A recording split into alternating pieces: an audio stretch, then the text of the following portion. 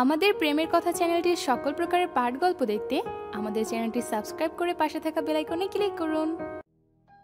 ক্ষীণালোক কক্ষের দক্ষিণমুখী জানালা গলিয়ে বিশাল রাত্রি আকাশ অবলোকন করতে করতেই দুষ্টুর বুকটা শূন্য ঠেকল। জীবন থেকে কি পেল ওর জীবনের অ্যাচিভমেন্টটা কি? বুক চিরে চাপা উদ্বেগ বেরিয়ে এলো। ঘড়ির কাঁটা 10টার ঘরে। মিনিট 5 হলো ও নিজ বাসায় ফিরেছে। জানালা গড়িয়ে শূন্যে তাকালো। রৌপ্য চন্দ্র শোভা চতুর্দিক রূপকথার মতো রূপালি করে তুলেছে। এর মাঝে আকস্মিক জানালার গ্রিলে রাখা ওর দুটো হাতের পাশে এসে ঠেকল আরো দুটো পুরুষালী হাত। দুষ্টু তড়িৎ বেগে পেছন ফিরল। প্রচ্ছদ যথাসামান্য চমৎকার করে হেসে দুষ্টুর মুখে ফু দিল। দুষ্টু চোখ ছোট ছোট করে কপাল কুঁচকে নাক ফুলিয়ে গম্ভীর স্বরে বলে, আপনি? প্রচ্ছদ কাজ ঝাঁকিয়ে বলল, হ্যাঁ আমি। দুষ্টু ভয়ঙ্কর চাহনি ফেলে শুধায়, আপনি এখানে এসেছেন কেন? কারণ আপনি এসেছেন তাই। প্রচ্ছদ দুষ্টুর মতো করেই বলল। দুষ্টু বিরক্ত হলো। দুপুরের অপমানের রাগটা মাথায় চিড় বেরিয়ে উঠল। প্রচ্ছদ অপরাধী সুরে মাথা নিচু করে কুর্নিশ ভঙ্গিতে বলে উঠল, আই এম এক্সট্রিমলি সরি মহারানী। আপনার সাথে তেমন ব্যবহার করা আমার মোটেও উচিত হয়নি। আমার ভুল হয়ে গেছে। এই অধমকে দয়া করে মাফ করুন। আপনার পদধূলিতে একটু স্থান দেই। প্রচ্ছদ ভীষণ ভান করল। দুষ্টু তার ভারী স্বরটা বজায় রেখে বলল, নট অ্যালাউ, স্থান দেওয়া যাবে না। প্রচ্ছদ মেকি কান্নার ভং করে। না না মহারানী, এমনটা বলবেন না। আমি বড় পাপ করে ফেলেছি আপনাকে বকা দিয়ে। আমার গর্দান নেওয়া উচিত, কিন্তু আপনার মতো হতদরিদ্র মহারানীর কোনো জল্লাদও নেই। সুতরাং বিনা সাজাতে দয়া করে মার্জনা করুন এই পাপিষ্ঠকে। দুষ্টু চোখ পাকিয়ে চেয়ে ধমকে বলল, সরুন সরুন আমার সামনে থেকে। না, সরা যাবে না। আপনি আমার বাসা থেকে বের হবেন নাকি আমি বের হব? আপাতত আমরা কেউ বের হচ্ছি না। প্রচ্ছদ গলার স্বর নিচু করে দুষ্টুর কানে ফিসফিস করে বলল। মুখ বাড়িয়ে দ্বিতীয় দফায় ফু দিয়ে দুষ্টুর সুন্দর আনন্দ থেকে চুলগুলো সরিয়ে দিল। ঠোঁট মেলে কিছু বলতে যাবে অমনি হাতে কাগজটা প্রচ্ছদের মুখের সামনে ধরল দুষ্টু। প্রচ্ছদ ভ্রু বাঁকালো। মুখটাকে বিকৃত করে প্রশ্ন করল, হোয়াট ইজ দিস? রিপোর্ট। প্রচ্ছদ 10 সেকেন্ড রিপোর্টের দিকে তাকিয়ে থেকে দুষ্টুর দিকে কড়া চোখে তাকায়। তোমার এত বড় সাহস, তুমি আমাকে না জানিয়ে একা একা গিয়ে প্রেগনেন্সিও টেস্ট করিয়েছো? দুষ্টু ঈষৎ হেসে বলে, বাকিটা জীবন আমাকে একাই কাটাতে হবে। প্রচ্ছদের কানে কেমন অন্যরকম শোনালো কথাটা। যেন কত পীড়ন মিশে রয়েছে এই ভয়ঙ্কর বিশ্রী বাক্যে। প্রচ্ছদ রাশভারী স্বরে বলল, কখন গিয়েছিলে? দুষ্টু প্রচ্ছদের বাহু বন্ধন থেকে সরে এলো। চুল আঁচড়াতে আঁচড়াতে উত্তর দেয়, 4টায়। এখন 10টা বাজে। প্রচ্ছদের মনের প্রশ্নটা যেন দুষ্টু বুঝতে পারল। টেস্ট করিয়ে শ্রেয়সীর বাসায় গিয়েছিলাম, ওখান থেকে আসতেই দেরি হলো। কথাটা বলেই দুষ্টু ঘুরে দাঁড়িয়ে বলল, আপনাকে এত জবাবদিহি করছি কেন? আমার যেখানে ইচ্ছে সেখানে ছিলাম। যত রাত ইচ্ছে তত রাতে বাড়ি ফিরবো, সমস্যা আছে? প্রচ্ছদ চটপট পায়ে এগিয়ে গেল। Of course, because you are still my wife. I don't agree with that. I am not your wife. আজকের পর থেকে আপনার আমার মাঝে আর কোনো সম্পর্ক নেই। প্রচ্ছদ বিরক্ত হয়ে তাকালো। দুষ্টু, আমি তো সরি বললাম। চলো বাসায় যাব। বিছানা চেঞ্জ হলে আমার ঘুম আসে না। দুষ্টু অবাকতার ভান ধরে বলল, কিসের বাসা? কোন বাসা? আমি কোনো বাসায় টাসায় ফিরছি না। আর আপনাকে এখানে ঘুমোতে বলেছে কে? আশ্চর্য। দুষ্টুর অনড় জবাবে প্রচ্ছদ জোরে শ্বাস ফেলল। অনেক কষ্টে ধৈর্য ধরে হাত মুঠো করে বিছানায় বসে বলল, দেখো, আমার প্রচণ্ড মাথা ব্যথা করছিল। প্রথমত, এই কয়দিন রাতে ঘুম হয়নি বিছানা বদলানোর জন্য। দ্বিতীয়ত, এতটুকু পথ গাড়ি চালিয়ে এলাম, শরীরও ভালো লাগছিল না। তুমি তো পুরো পথ আমার কাঁধে মাথা রেখে ভস ভস করে ঘুমালে। আমার তো এদিকে নিজেকে মাতাল মাতাল লাগছিল। তার উপর রুমে ঢোকেই প্রথমে তোমার মুখের ওই এক প্যানপ্যানানি শুনে দিয়েছি, হালকা একটা ধমক। তাতেই তুমি আমার জীবন ওষ্ঠাগত করে ছাড়ছ। সব কথা ডিঙিয়ে দুষ্টু ভ্রুকুচকে প্রশ্নবোধক চাহনি দিয়ে বলে, হালকা ধমক? আর আমি আপনার কাঁধে মাথা রেখে ঘুমিয়েছি? হ্যাঁ, কাঁধটা এখনো ব্যথা করছে। তোমার মাথার ওজনও বাপরে বাপ 100 কেজি ওজন। পুরো 2 ঘন্টা ছিলে। পরে টিয়া সরিয়ে দিয়েছে। দুষ্টু চোখ রাঙিয়ে তাকালো, অস্ফুটে বলল। আপনার সাথে আর কোথাও কখনো যাব না। প্রচ্ছদ ঠোঁট ফাঁকা করে হাসল। এইটুকুতেই? গ্রামে প্রতি রাত আমাকে জড়িয়ে আমার উপর হাত পা তুলে ঘুমিয়েছ। দুষ্টুর চোখ দুটো রসগোল্লার মতো হয়ে গেল, লজ্জায় কান দুটো লাল হয়ে উঠল। ছি ছি ছি, এই ২৬ বছরে এসেও বাচ্চাদের মতো হাত পা তুলে দিয়ে জড়িয়ে ধরেছে। দুষ্টু মিনমিনে স্বরে বলল। সত্যি? হ্যাঁ, নেহাত আমি ভদ্র ছেলে, তাই কিছু করিনি। অন্য কোনো ছেলে হলে তো তোমার সাথে। দুষ্টু তড়িৎ বেগে প্রচ্ছদের মুখে হাত রাখলো। প্রচ্ছদ থেমে গেল। দুষ্টুর সামনের ছোট চুলগুলো বারংবার উড়ে ওই সুন্দর বদনের উপর পড়ল। অন্ধকার ঘর তখন মৃদু আলোয় সজ্জিত ছিল। প্রচ্ছদ অনেকক্ষণ ক্ষীণ দীপ্তিতে দৃশ্যমান সামনের মনোহর রমণীর দিকে চেয়ে রইল। দুষ্টু আস্তে করে প্রচ্ছদের ঠোঁটের ওপর থেকে হাত সরিয়ে নিল। তৎক্ষণাৎ প্রচ্ছদ দুষ্টুর হাত তৃষ্ণার্থের ন্যায় থাবা দিয়ে ধরল। অবশ কণ্ঠে বলে উঠল। আপনি কেন আমার হয়ে থাকতে চান না? আকস্মিক বাক্যের কোনো উত্তর খুঁজে পেল না দুষ্টু। ফ্যাল ফ্যাল করে কিছুক্ষণ চেয়ে থেকে ঠোঁট চেপে ধরল। কান্না পাচ্ছে ভীষণ। এই শেষ মুহূর্তগুলো এসে প্রচ্ছদ এমন পাগলামি কেন করছে? বাড়ি যান। যাব না। শেষবারের মতন শ্বশুরবাড়ি আদর যত্ন খেয়ে যাই। বলতে বলতে প্রচ্ছদ বিছানায় হেলান দিয়ে বসল। দুষ্টু ভ্রু নাচিয়ে প্রশ্ন করল। কখন এসেছেন আপনি? রাত 8টায়। ও, কালকে কিন্তু রিপোর্ট নিয়ে কোর্টে যাবেন। আর তুমি আমার সাথে হক মঞ্জিলে যাচ্ছ? আমি অবশ্যই যাচ্ছি না। তুমি অবশ্যই যাচ্ছ। মায়ের ডাক পড়ায় দুষ্টু আর কথা বাড়ালো না। মায়ের সাথে কথা বলে ফিরে এসে দুষ্টু বলল। চলুন, খেতে ডাকছে। খাবার নিয়ে আসো। ফোন চাপতে চাপতে উত্তর প্রচ্ছদের। দুষ্টু চিবিয়ে চিবিয়ে বলে। আসবেন নাকি আমি ঘরে খাবার নিয়ে আসতে পারবো না এখন? গো ফাস্ট। প্রচ্ছদ, আই এম টায়ার্ড। দুষ্টুর অসহায় গলা। তুমি নিয়ে আসবে নাকি আমি আন্টিকে গিয়ে বলবো? দুষ্টু দাঁত কিরমির করে গেল। এই লোক একটা বেত্তমিজ। দুষ্টু ঘরে একটা প্লেটে খাবার নিয়ে আসলো। প্রচ্ছদের সামনে ধরতে প্রচ্ছদ ফোনে গেমস খেলতে খেলতে বলল। খাইয়ে দাও প্লিজ। দুষ্টু মৃদু চিৎকার দেয়। কি? এরপর দাঁতে দাঁত চেপে বলে। আপনি ফোনে গেমস খেলবেন আর আমি খাইয়ে দিব? প্রচ্ছদ ডান হাত বাড়ালো। কপালে ভাঁজ ফেলে পাত্তাহীন বিরক্তির চোখে হাতের দিকে তাকাতেই দুষ্টুর আত্মা ধক করে উঠল। চাপা মৃদু স্বরে বলে উঠল। হায় আল্লাহ, হাতে ব্যথা পেয়েছেন কিভাবে? ঘুষিয়ে। দুষ্টু সরু চোখে তাকায়। বস্তুত দুষ্টু চলে আসার পর প্রচ্ছদের এত খারাপ লাগছিল, নিজের ওপর এত রাগ জেদ হচ্ছিল যে কি করবে বুঝতে পারছিল না। পরে আর কি, ভেতরে জ্বালা মেটাতে দেওয়ালে অনেকবার ঘুষিয়েছে, যার ফলে হাত ফুলে লাল হয়ে ঢোল রক্তাভ হয়ে আছে। জায়গাটায় ব্যথা প্রচন্ড। দুষ্টু শুনে বলল। শরীরের শক্তি বেশি হয়েছে, মুখের শক্তিও বেশি, আর শরীরের তো মাশাআল্লাহ। ইস, জখম হয়ে গেছে একদম। দুপুরেও খাইনি, দিবে নাকি? বড় করে শ্বাস বুকে টেনে নিয়ে দুষ্টু ভাত মাখিয়ে খাইয়ে দিতে দিতেই প্রচ্ছদ প্রশ্ন করল। সারাদিন খাওনি কেন? জানলেন কিভাবে? ম্যাজিক। আম্মু বলেছে নিশ্চয়ই। খাওনি কেন? শ্রেয়সীর বাসায় খেয়েছি। বিশ্বাস করলাম না। তাতে আমার কি? কি লাভ বলো তো এত অভিমান করে? সেই তো আমাকে ছাড়া নাওয়া খাওয়া পর্যন্ত ভুলে যাও। দুষ্টু ভেঙচি কাটে। ভুলে যাই না, ইচ্ছে করেনি। সেটাই তো, আমার সাথে ঝগড়া হয়েছে বলেই তো ইচ্ছে করেনি। তুমি আমাকে ছাড়া থাকবে কিভাবে? দুষ্টু প্রশ্নের উত্তর দিতে পারল না, চুপচাপ লোকমা তুলে দিল। প্রচ্ছদের ঠোঁটের সাথে বারংবার ওর আঙ্গুলের স্পর্শ লাগছে, যা বারবারই দুষ্টুর শরীর বেয়ে হিম স্রোত বয়ে যাচ্ছে। পেটের ভেতর কেমনতর যেন অস্বস্তি। ও কোনোদিন নির্কেও খাইয়ে দেয়নি, আসলে খাইয়ে দেওয়ার মতো কখনো পরিস্থিতি তৈরি হয়নি। প্রচ্ছদ খেতে খেতে বলে। ডিভোর্সের পর আমাকে ভুলে যাবে? দুষ্টু এবারও উত্তর দিল না। প্রচ্ছদ আবার প্রশ্ন করে। তোমার বয়ফ্রেন্ডকে ভুলে যাবে? দুষ্টু অযত্নে বড় একটা নিঃশ্বাস ছাড়ল। ভাত মাখা থামিয়ে নিবিড় দৃষ্টিতে প্রচ্ছদের চোখের দিকে তাকালো। চারটি চোখ এক হলো। দুটো হৃদয়ের হৃদস্পন্দন বেড়ে গেল। ওর নাম রং পেন্সিল দিয়ে লিখেছিলাম, মুছতে গিয়ে বরং লেপটে যাচ্ছে।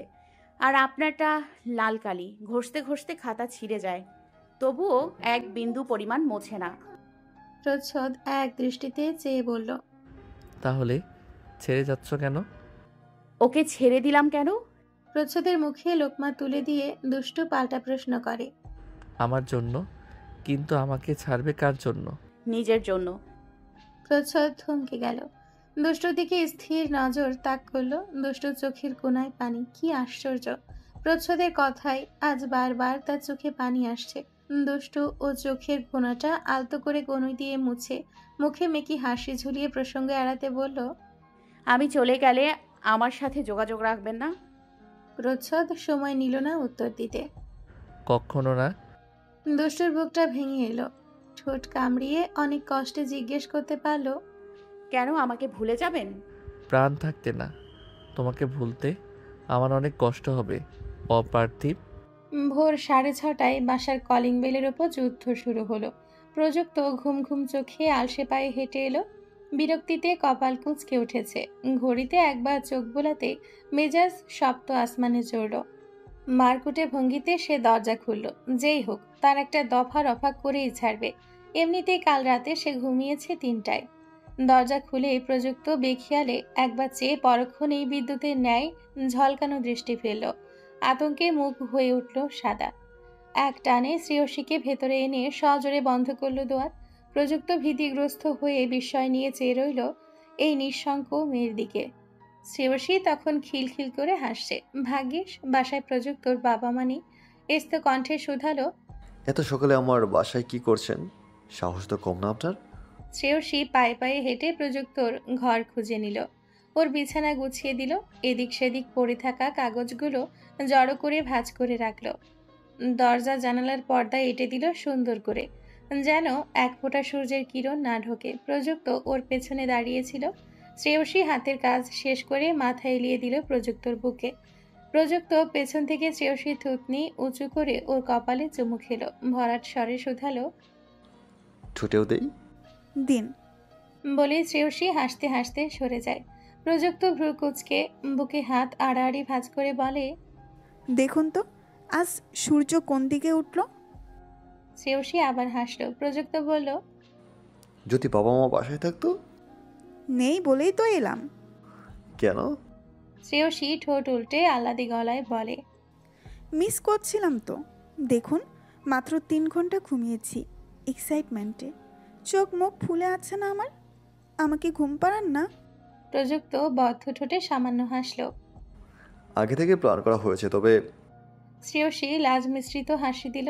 কথায় কথায় প্রযুক্ত কাল রাতে বলেছিল যে ওর বাবা মা বাসায় নেই। শ্রেয়সী প্রযুক্তর গলা 2 হাত দিয়ে জড়িয়ে ধরে। প্রযুক্ত ওর কোমরে নিজের ঠান্ডা হাত দুটো রেখে জিগায়, এত খুশি কেন আপনি? শ্রেয়সী প্রযুক্তর গেঞ্জির বাটনে খোঁচাখুচি করতে করতে প্রমোদিত কণ্ঠে বলতে লাগলো, কাল দুষ্টু আমার বাসায় এসেছিল। ও, এই জন্যই আমার বেগম এত খুশি। শ্রেয়সী আবার হেসে মাথা ঝাঁকালো। ওর এত আনন্দ লাগছে, এমন আমোদ বহুদিন লাগেনি। দুষ্টু যখন এলো, শ্রেয়সী তো অবাক। বিস্ময় নিয়ে আহাম্মকের মতন দরজায় দাঁড়িয়েছিল। দুষ্টু বিরক্তিকর চোখে তাকিয়ে ওকে ঠেলে ঠুলে ঘরে ঢুকে পড়ল। চেঁচিয়ে শ্রেয়সীর মাকে ডেকে বলে উঠল, আন্টি, কোথায় তুমি? তাড়াতাড়ি আমার জন্য স্পেশাল 1 কাপ কফি আর নুডলস বানিয়ে নিয়ে আসো। আর দেখে যাও, তোমার জন্য ছোট ফুচকা আর চটপটি নিয়ে এসেছি। শ্রেয়া ভেতর থেকে দুষ্টুর গলা শুনে দৌড়ে বেরিয়ে এসে উচ্ছ্বাসে জড়িয়ে ধরল। সেই প্রায় 3 মাস আগে দুষ্টু এই বাসায় এসেছিল। দুষ্টু বেশ আদর টাদর করে শ্রেয়ার হাতে ফুচকা চটপটি ধরিয়ে দিল। শ্রেয়া চলে যেতে শ্রেয়সী শান্ত ইস্তফায় এগিয়ে এলো। সজল চোখে হঠাৎ দুষ্টুর দুগালে হাত রাখলো। ভাঙা ভাঙা গলায় উচ্চারণ করলো, আমি তোকে একটু জড়িয়ে ধরি। শ্রেয়সীর বাচ্চামো আবদারে আকস্মিক দুষ্টু ঠোঁট ভেঙে কেঁদে দিল। শ্রেয়সীকে জাপটে জড়িয়ে ধরল। সেই ছোটবেলার বন্ধু তারা। কলেজটা শুধু ভিন্ন ছিল তাদের, বাকি পুরোটা সময় একসাথে। কিছু খুচরো ভুল বোঝাবুঝিতে এত দূর তারা কখন কিভাবে চলে গেল। শ্রেয়সী দুষ্টুর গালে চুমু খেল। দুষ্টু আলতো করে গোপনে শ্রেয়সীর চুলের ভাঁজে চুমু খেয়ে বলল, ছি, তোর এই স্বভাব যাবে না। আমাকে চুমু দিবি না? শ্রেয়সী ক্রন্দনরত চোখে হাসে। কেন? চুমু দেওয়ার অধিকার কি শুধু ভাইয়ার? আমার অধিকার শেষ? দুষ্টুর হাসি মিলিয়ে গেল, তবুও অনেক কষ্টে ফিরিয়ে আনলো। শ্রেয়সীর ঘরে গিয়ে বসে দুজন নিজেদের জমানো অনেক কথা বলল। উচ্চস্বরে হাসলো, তর্কাতর্কি করলো। 2-4টে চড় থাপ্পড় মারলো একজন আরেকজনের গায়ে। প্রথম থেকে আবারও সব শুনল শ্রেয়সী। এবার মনোযোগ দিয়ে শুনে মস্তিষ্ক দিয়ে যা বুঝলো তাতে আদতে কারোরই কোনো দোষ নেই। এর মধ্যে শ্রেয়সীর মা এসে কফি আর নুডলস দিয়ে গেলেন। কফিতে চুমুক দিয়ে শ্রেয়সী প্রশ্ন করলো, ফাইনাল ডিসিশন এটাই, তুই আমাকে ডিভোর্স দিবি? দুষ্ট কথা না বাড়িয়ে প্রেগনেন্সির রিপোর্ট বের করে দেখালো। শ্রেয়সী ভ্রুকুচকে তাকিয়ে ক্ষীণ হাসল। আটঘাট বেঁধে নেমেছিস একদম। আমি চাই যাতে আর কোনোদিন নীরের মুখোমুখি হতে না হয়। খুব চাইল্ডলিশ হয়ে গেল না কথাটা? তোর সব দিক ভাবা উচিত। একটা সম্পর্কে হুট করে জড়িয়ে পড়লে আবার হুট করে এক নিমেষে ভেঙে দিবি? হুট করে ভাঙছি না তো, এটা তো প্রথম থেকেই বলা, বিয়ের রাত থেকে। দুষ্ট নুডলসের বাটিটা হাতে নিল। শ্রেয়সী কফিতে চুমুক দিয়ে ভাব প্রবণতা বজায় রেখে বলল, আমি যতটুকু প্রযুক্তর মুখে শুনেছি উনি তোকে ভীষণ ভালোবাসেন। শ্রেয়সী ভেবেছিল এই কথায় দুষ্টু প্রতিক্রিয়া দেখাবে, বড় বড় চোখ মিলে চাইবে, বজ্রহত হবে, কিন্তু তার কিছুই হলো না। উল্টে দুষ্টু বলল, জানি এবং আগে থেকেই। উল্টে শ্রেয়সী বজ্রাহতের ন্যায় তাকালো। বস্তুত শ্রেয়সীকে সব কথাই প্রযুক্ত বলে দিয়েছে দুষ্টুকে একটু বোঝানোর জন্য। এদিকে দুষ্টু কিছুই হয়নি এমনভাবে বলল, কি হলো, অবাক হচ্ছিস কেন? ওনার ডায়েরি পড়ে জেনেছি। শ্রেয়সী আস্তে করে বলল। Very bad. দুষ্টু মুখ বাঁকিয়ে বলল, আই নো দ্যাট। একটু মানিয়ে নেওয়ার চেষ্টা কর না। ভাইয়াকে একটু ভালোবাসলে কি হয়? দুষ্টু খেতে খেতে বিজ্ঞ গলায় বলল, একা মানুষ কজনকে ভালোবাসবো আমি? জীবনে তো কত মানুষ আমাদের ভালোবাসে, কতজনে প্রপোজাল দেয়, সবারটাকে অ্যাকসেপ্ট করি? সবাইকে কি ভালোবাসি? এই তো কিছুদিন আগে নীরের হয়ে তো কত ইমোশনাল ডায়লগ ছাড়লি, আমার সাথে যা তা করলি, এখন আবার প্রচ্ছদের হয়ে। তোরা তো ভণ্ডরে, ভালোবাসা কি এত সস্তা, এত তাড়াতাড়ি হয়ে যায়? শ্রেয়সী কিছু বলল না। দুষ্টু খানিকটা রেগেই বলে, উনি অপরাধ করেছেন আমাকে জোর করে বিয়ে করে, ভালোবাসে বলেই জোর করতে হবে? তার শাস্তি কি সে পাচ্ছে না? ভালোবাসার মানুষটার থেকে ভালোবাসা না পাওয়ার চেয়ে বড় নির্দয় নির্মম শাস্তি কি এই দুনিয়াতে আছে? নেই, কিন্তু ওনার উচিত ছিল প্রথমেই অ্যাপ্রোচ করা। যে লোক নিজের ভালোবাসার কথা বলতে পারে না অথচ জোর করে ছিনিয়ে নেয়, তার অবশ্যই এই দহন প্রাপ্য। দুষ্টু আবার বলল আনমনা কণ্ঠে, কিন্তু জানিস, ইদানিং ওনাকে খুব ডেসপারেট লাগে, ভীষণ অসহায় লাগে। উনি ওনার ভালোবাসা প্রকাশ করার চেষ্টা করেন, আমার টেক কেয়ার করেন, আমাকে ভালোবাসেন। কথা বলতে বলতে দুষ্টুর গলার আওয়াজ ক্রমেই নিচু হয়ে এলো। কেমন অপ্রকৃতিস্থ স্বপ্নময় গলা শোনালো। শ্রেয়সী বলল, সম্পর্কটাকে শুধু শুধু নষ্ট করিস না। দেখবি আস্তে আস্তে সবাই সবার পরিস্থিতির সাথে মানিয়ে যাচ্ছে, অথচ মাঝখান থেকে তুই ছিটকে যাবি। আমি বলছি আরেকটুকু টাইম নে, ডিভোর্সের সময় আরেকটু পিছিয়ে দে। হাওয়ায় মনোযোগ দিয়ে দুষ্টু পাত্তাহীন গলায় বলে, যা হবার তাই 3 মাসের মাঝেই হয়েছে, হবে। আর যা হবার নয় তা অনন্তকালেও সম্ভব নয়। যা নয়ে হয় না তা 90ও হবে না। কেটে বেছে নীরের কথা এড়িয়ে যতটুকু বলা যায় ততটুকু শ্রেয়সী বলল। প্রযুক্ত সব শুনল। ঠোঁট চেপে দীর্ঘশ্বাস ফেলে বলল, আল্লাহ জানে প্রচ্ছদের কপালে কি রয়েছে। দুষ্টু যদি ওকে ছেড়ে চলে যায়, ও নির্ঘাত মরে যাবে। টিয়া আর নীরের খবর নিয়েছিলেন? হ্যাঁ, টিয়ার রেজাল্ট বেরিয়েছে। আমি তো নীরকে ফোন দিয়ে জানিয়েছি। নীর আজকে থেকে টিয়াকে সকাল সন্ধ্যা পড়াতে বসাবে, রান্না শেখাবে, সেই সাথে ইচ্ছে মতো বকা দিয়েছে। টিয়া একটু কানে ব্যথা পেয়েছে, বুঝছো নীর? সেটাও ফোনে আমাকে কয়েক হাজারবার বলল। কেয়ারলেস একটা মেয়ে, নিজের খেয়াল রাখতে পারে না, শুধু সারাক্ষণ ফেস ফেস করে কান্নাকাটি করে। নীরের উৎকণ্ঠা দেখে আমার মনে হলো খুব শীঘ্রই ওদের সম্পর্কটা স্বাভাবিক হবে। আসলে অল্প বয়সে দুজনের অমতে বিয়েটা হলো তো, তাই দুজনের নর্মাল হতে একটু সময় লাগছে। শ্রেয়সীর হিসেবে চাকা উল্টো দিকে ঘুরছে। ও ভেবেছিল নীর তার লাইফটা আর কন্টিনিউ করতে পারবে না, কিন্তু দুষ্টু দিব্যি হেসে খেলে চলে যাবে। অথচ এদিকে দেখছে দুষ্টু লাইফটা থমকে দাঁড়িয়েছে বিবেক নামক দংশনের জাতাকলে। ওদিকে নীর চলছে নতুন দিগন্তের সূচনা লগ্নের প্রচেষ্টায়। প্রযুক্ত ফ্রেশ হয়ে এলো। শ্রেয়সীর উন্মুক্ত কাঁধে হালকা হাত ছুঁয়ে দিতে শ্রেয়সী চমকে লাফিয়ে সরে দাঁড়ালো। মানুষের হাত নাকি সাপের? এত ঠান্ডা কেন? প্রযুক্ত হেসে দুষ্টুমি করে শ্রেয়সীর গালে গলায় হাত চেপে ধরে। শ্রেয়সী এক দৌড়ে বিছানার অপর পাশে গিয়ে দাঁড়ায়। এরপর কম্বল মুড়িয়ে বিছানায় বসল। প্রযুক্ত জিজ্ঞেস করলো। খাবেন কিছু? শ্রেয়সী মাথা নেড়ে না করল। হাতের ইশারায় প্রযুক্তকে ডেকে খাটে হেলান দিয়ে বসিয়ে আটশোয়া হয়ে প্রযুক্ত চওড়া বুকে মাথা ঠেকালো। ঘুমাবো আমি। প্রযুক্ত ওকে শক্ত করে জড়িয়ে ধরে কানে ফিসফিস করে বলে। তখন তো ব্রাশ করেননি, তাই ছেড়ে দিয়েছিলাম। এখন ঠোঁটে চুমু দিই। প্রযুক্তর ফিসফিস শ্রেয়সীর কানে ফসফস ধ্বনি তুলল। লজ্জায় কান লাল হয়ে উঠল। প্রযুক্ত অনুরক্ত কণ্ঠে মাদক ঢেলে অনুরোধ করল। প্লিজ। না, চুপ করুন। একটা, শুধু একটা, আর কখনো চাইবো না। প্রযুক্তর এমন আকুতি ভরা নয়ন আর কণ্ঠে শ্রেয়সী নিজেকে নকল কঠোরতার চাদরে মুড়িয়ে রাখতে পারল না। কোমল হলো। এরপর কেউ কারোর কথা শুনল না, শুনল শুধু অবাধ্য দুই জোড়া ঠোঁট। একে অপরের সাথে কিভাবে যেন চুম্বকের মতো জোড়া লেগে গেল।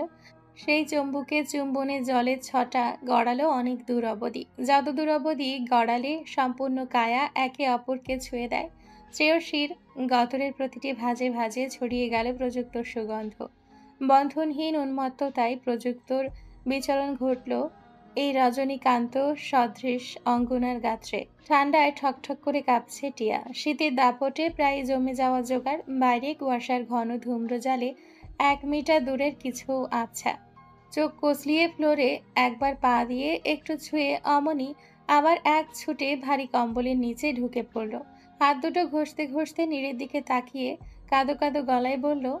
অসম্ভব, এই ঠান্ডায় সকাল 7টায় আমি কম্বল ছেড়ে উঠে মরে যেতে পারবো না। নীরের হাতে স্কেল। গম্ভীর মুখে টিয়ার বয়ে চোখ বুলিয়ে বলল। এখন 7:30 বাজে, মরবে না, ওঠো। তুমি জানো পানি কত ঠান্ডা? জানি, তোমার জন্য গরম পানি করে রেখেছি। যাও ফ্রেশ হয়ে এসো, হারি আপ। নির্ভয়া প্লিজ। কোনো প্লিজ টিলিস নেই, গো ফার্স্ট। না হলে কিন্তু টিয়া স্কেলের মায়ের একটাও মাটিতে পড়বে না। টিয়া চোখ মুখ কুচকে তাকালো। আষ্টে পৃষ্ঠে শরীরে শালটা জড়িয়ে নিয়ে ফ্লোরে আবারও আগের ন্যায় হালকা একটু পা ছুঁয়ে অমনি কম্বলের নিচে ঢুকলো। তৎক্ষণাৎ নীর ওর মাথায় জোরে সরে টোকা দিল। টিয়া মাথায় হাত ঘষে 2 মিনিটে ফ্রেশ হয়ে এলো। অসহায় গলায় বলল। বিছানায় বসি, টেবিলে বসবো না, চেয়ার ঠান্ডা। নীর মেনে গেল। আচ্ছা বসো। টিয়া ভ্রুকুচকে বলল। তুমি ফিজিক্স ডিপার্টমেন্টের হয়ে ম্যাথ ডিপার্টমেন্টের স্টুডেন্ট পড়াবে? নীর কড়া চোখে তাকালো। না পারলে তোমার জন্য টিচার নিয়ে আসবো। এখন এই ম্যাথগুলো করো জলদি। টিয়ার ম্যাথগুলো করতে করতে 9টা বাজলো। একটানা বসে থেকে নীরের কোমর লেগে গেছে সেই কখন। তবুও সে এক ফোঁটা নড়ল না। তার কাজ হচ্ছে টিয়াকে কোনো মতে পড়তে বসানো। সে নিশ্চয়ই অন্য ডিপার্টমেন্টের স্টুডেন্ট পড়াতে পারবে না, কিন্তু মেয়েটা পড়তেই বসতে চায় না। একবার ঘড়ির দিকে তাকিয়ে নীর বলে উঠল। শেষ। টিয়া ওপর নিজ মাথা ঝাঁকায়। নীর ওর বই খাতা গুছিয়ে দিয়ে বলে। বইগুলো যত্নে রেখে কিচেনে এসো, ব্রেকফাস্ট রেডি করব। টিয়ার একচোটে উত্তর। আমি পারবো না। নীর যেতে যেতে বলে গেল। আমাকে যদি দ্বিতীয়বার ডাকতে হয় তবে বারান্দায় আটকে রাখবো তোমায়, উইদাউট এনি সোয়েটার অর শাল। টিয়া চোখ বড় বড় করে নীরকে ভয়ঙ্কর একটা গালি দিল। নীর রান্নাঘর থেকে চেঁচিয়ে বলল। আমি শুনতে পাচ্ছি। আসবে নাকি আমি গিয়ে নিয়ে আসবো?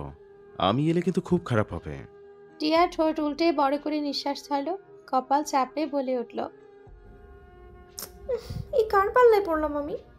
রান্নাঘরে প্রবেশ করতে দেখলো নীর আটার প্যাকেট হাতে দাঁড়িয়ে আছে। টিয়া আলসে পায়ে হেঁটে গেল। নীর একটা স্টিলের বোল ওর হাতে ধরিয়ে দিয়ে বলল। আমি যেভাবে বলছি সেভাবে রুটি বানাবে। কিন্তু টিয়া এই পানি বেশি দিল তো এই আটা কম দিল। আটা মাখতে মাখতে আবার হাত লেগে এলো। ঠান্ডায় দাঁতে দাঁত লেগে নীরের সাথে কতক্ষণ ঘ্যান ঘ্যান করলো। অনেক চড়াই উতরায় পার করে রান্নাঘর আটা দিয়ে সাজিয়ে সাদা বানিয়ে নিজের 12টা বাজিয়ে টিয়া আটা মেখে একটা আধা পারফেক্ট ডো তৈরি করলো। রুটি বেলতে গিয়ে দেখা গেল বেলা তো দূরে থাক, টিয়া একটুখানি আটার দলা নিয়ে ঠিকমতো গোলই করতে পারছে না। নির্ভ্রুকুচকে দাঁড়িয়েছিল। অতি ধৈর্যে এই মেয়ের কাজকর্ম দেখে গেল সে। অবশেষে না পেরে বলল। গোয়ার দেখেছি, গাধা দেখেছি, তোমার মতো এত গোয়ার গোবিন্দ ব্রেইনলেস মেয়ে আর একটাও দেখিনি। এগুলো কোনো কাজ? চোখের দেখে পারা যায়, আর সেই কাজে 25 মিনিট ধরে শুধু আটাই মাখলে? এতক্ষণে 25 জন মানুষের রুটি বানিয়ে ভেজে খেয়ে ফেলা যেত। টিয়া গাল ফুলিয়ে দাঁড়িয়ে রইল। নীর ছো মেরে ওর হাত থেকে আটার দলা নিয়ে হাতের তালুতে সুন্দর করে গোল শেপ করলো। এবার বেলো। টিয়া ভ্রু নিচু করে অসহায় যোগে বলল। আমি পারবো না। নীর নরম হলো। পারবে, চেষ্টা করো, না পারলে আমি আছি। টিয়া চেষ্টা করলো, একবার দুবার কয়েকবার, কিচ্ছু হলো না। সব হজবরল হয়ে গেল। টিয়া মনক্ষুণ্ণ হলো, হতাশ গলায় বলে উঠল।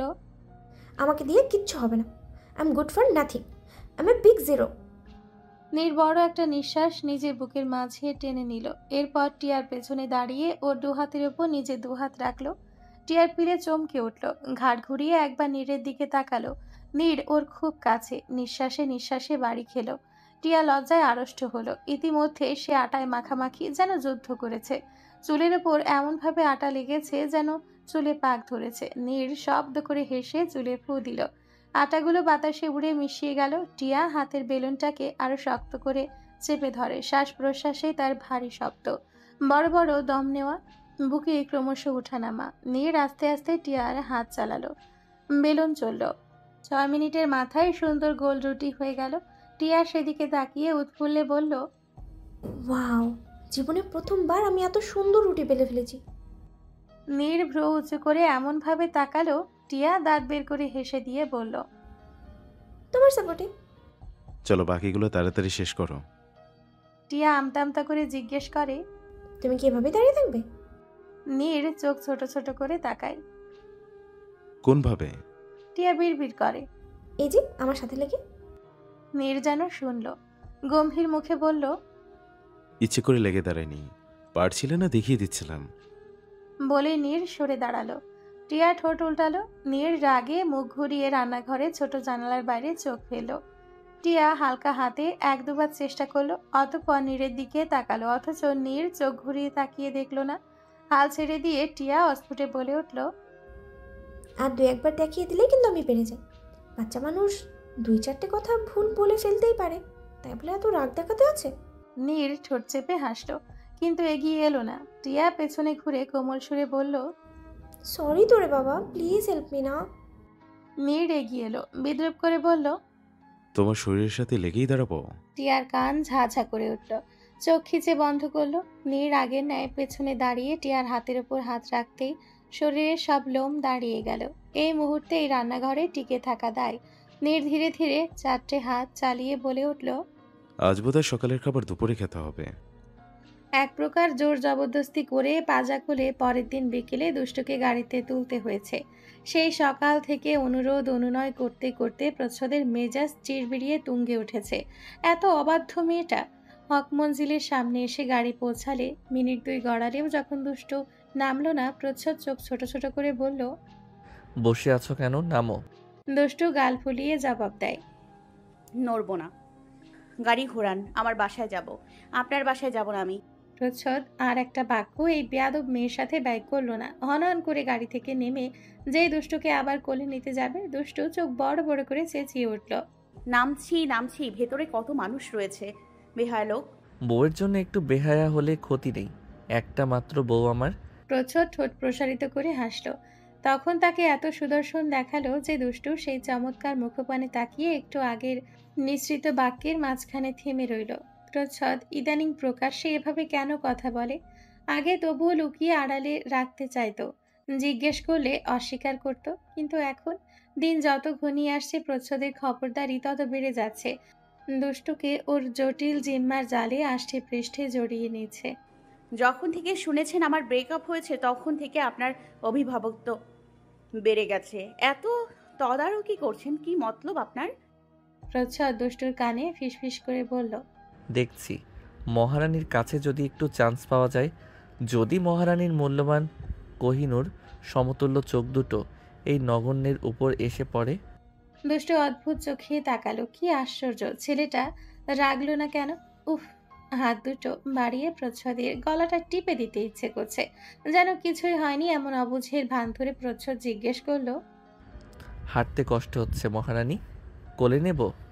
একটা হুইল চেয়ার আনি, বা গাড়িটা ভুম করে চালিয়ে দেওয়াল দরজা ভেঙে ড্রয়িং রুম অবধি নিয়ে যাই? এছাড়া অন্য কোনো পন্থা আছে বলুন? প্রচ্ছদের আরক্ত বদন প্রশ্ন। দুষ্ট চোখ পাকিয়ে চেয়ে রইল মিনিট চারেক। প্রচ্ছদ বন্ধ ওই লাল ঠোঁটে মুচকি হেসে বলে, আপনার জন্য সূর্য ছুতে রাজি। আপনি চাইলে তো মেঘও এনে দিতে পারি। দুষ্ট উত্তর দিল না। প্রচ্ছদের বুকের বাপাশে মৃদু ধাক্কা দিয়ে ধূপধাপ ভেতরের দিকে চলে গেল। পেছন থেকে প্রচ্ছদ চিল্লিয়ে উঠল। তবে হেঁটেই যাবেন? এরপর উচ্চস্বরে হেসে উঠল। ড্রয়িং রুমে অর্জন টিভি দেখছিল।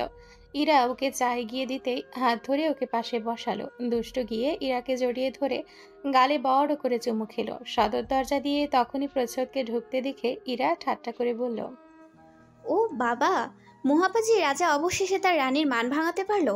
খুব অল্প সময় অভিমান ভেঙে গেল তো। দুষ্টু ইরাকে ছেড়ে এক ভ্রু উঁচু করে তাকালো। প্রচ্ছদ নিশ্চয়ই এসব বলেছে। দুষ্টু প্রচ্ছদের দিকে এক ভয়ঙ্কর চাহনি ফেলে দোতলার ডান দিকে নিজের ঘরটার দিকে গট গট করে হেঁটে চলে গেল। অর্জন ওদের দিকে একবার তাকিয়ে আরেকবার ইরার দিকে তাকালো। ইরা ওর কাঁধে মাথা এলিয়ে দিয়েছে। পেটটা হালকা বেড়েছে। হাত দিলে বোঝা যায় ইরা স্নিগ্ধ চেহারাটায় কেমন একটা মা মা ভাব ফুটে উঠেছে। মাঝে মাঝে অর্জনের মনে হয় এই মিষ্টি মেয়েটা যদি ওর জীবনে না আসতো, ওর জীবনের অর্ধেক মর্ম অজানায় রয়ে যেত। দৃষ্টির সাথে বিয়ে ভেঙে যাওয়াটাকে ও ব্লেসিংস হিসেবে দেখে।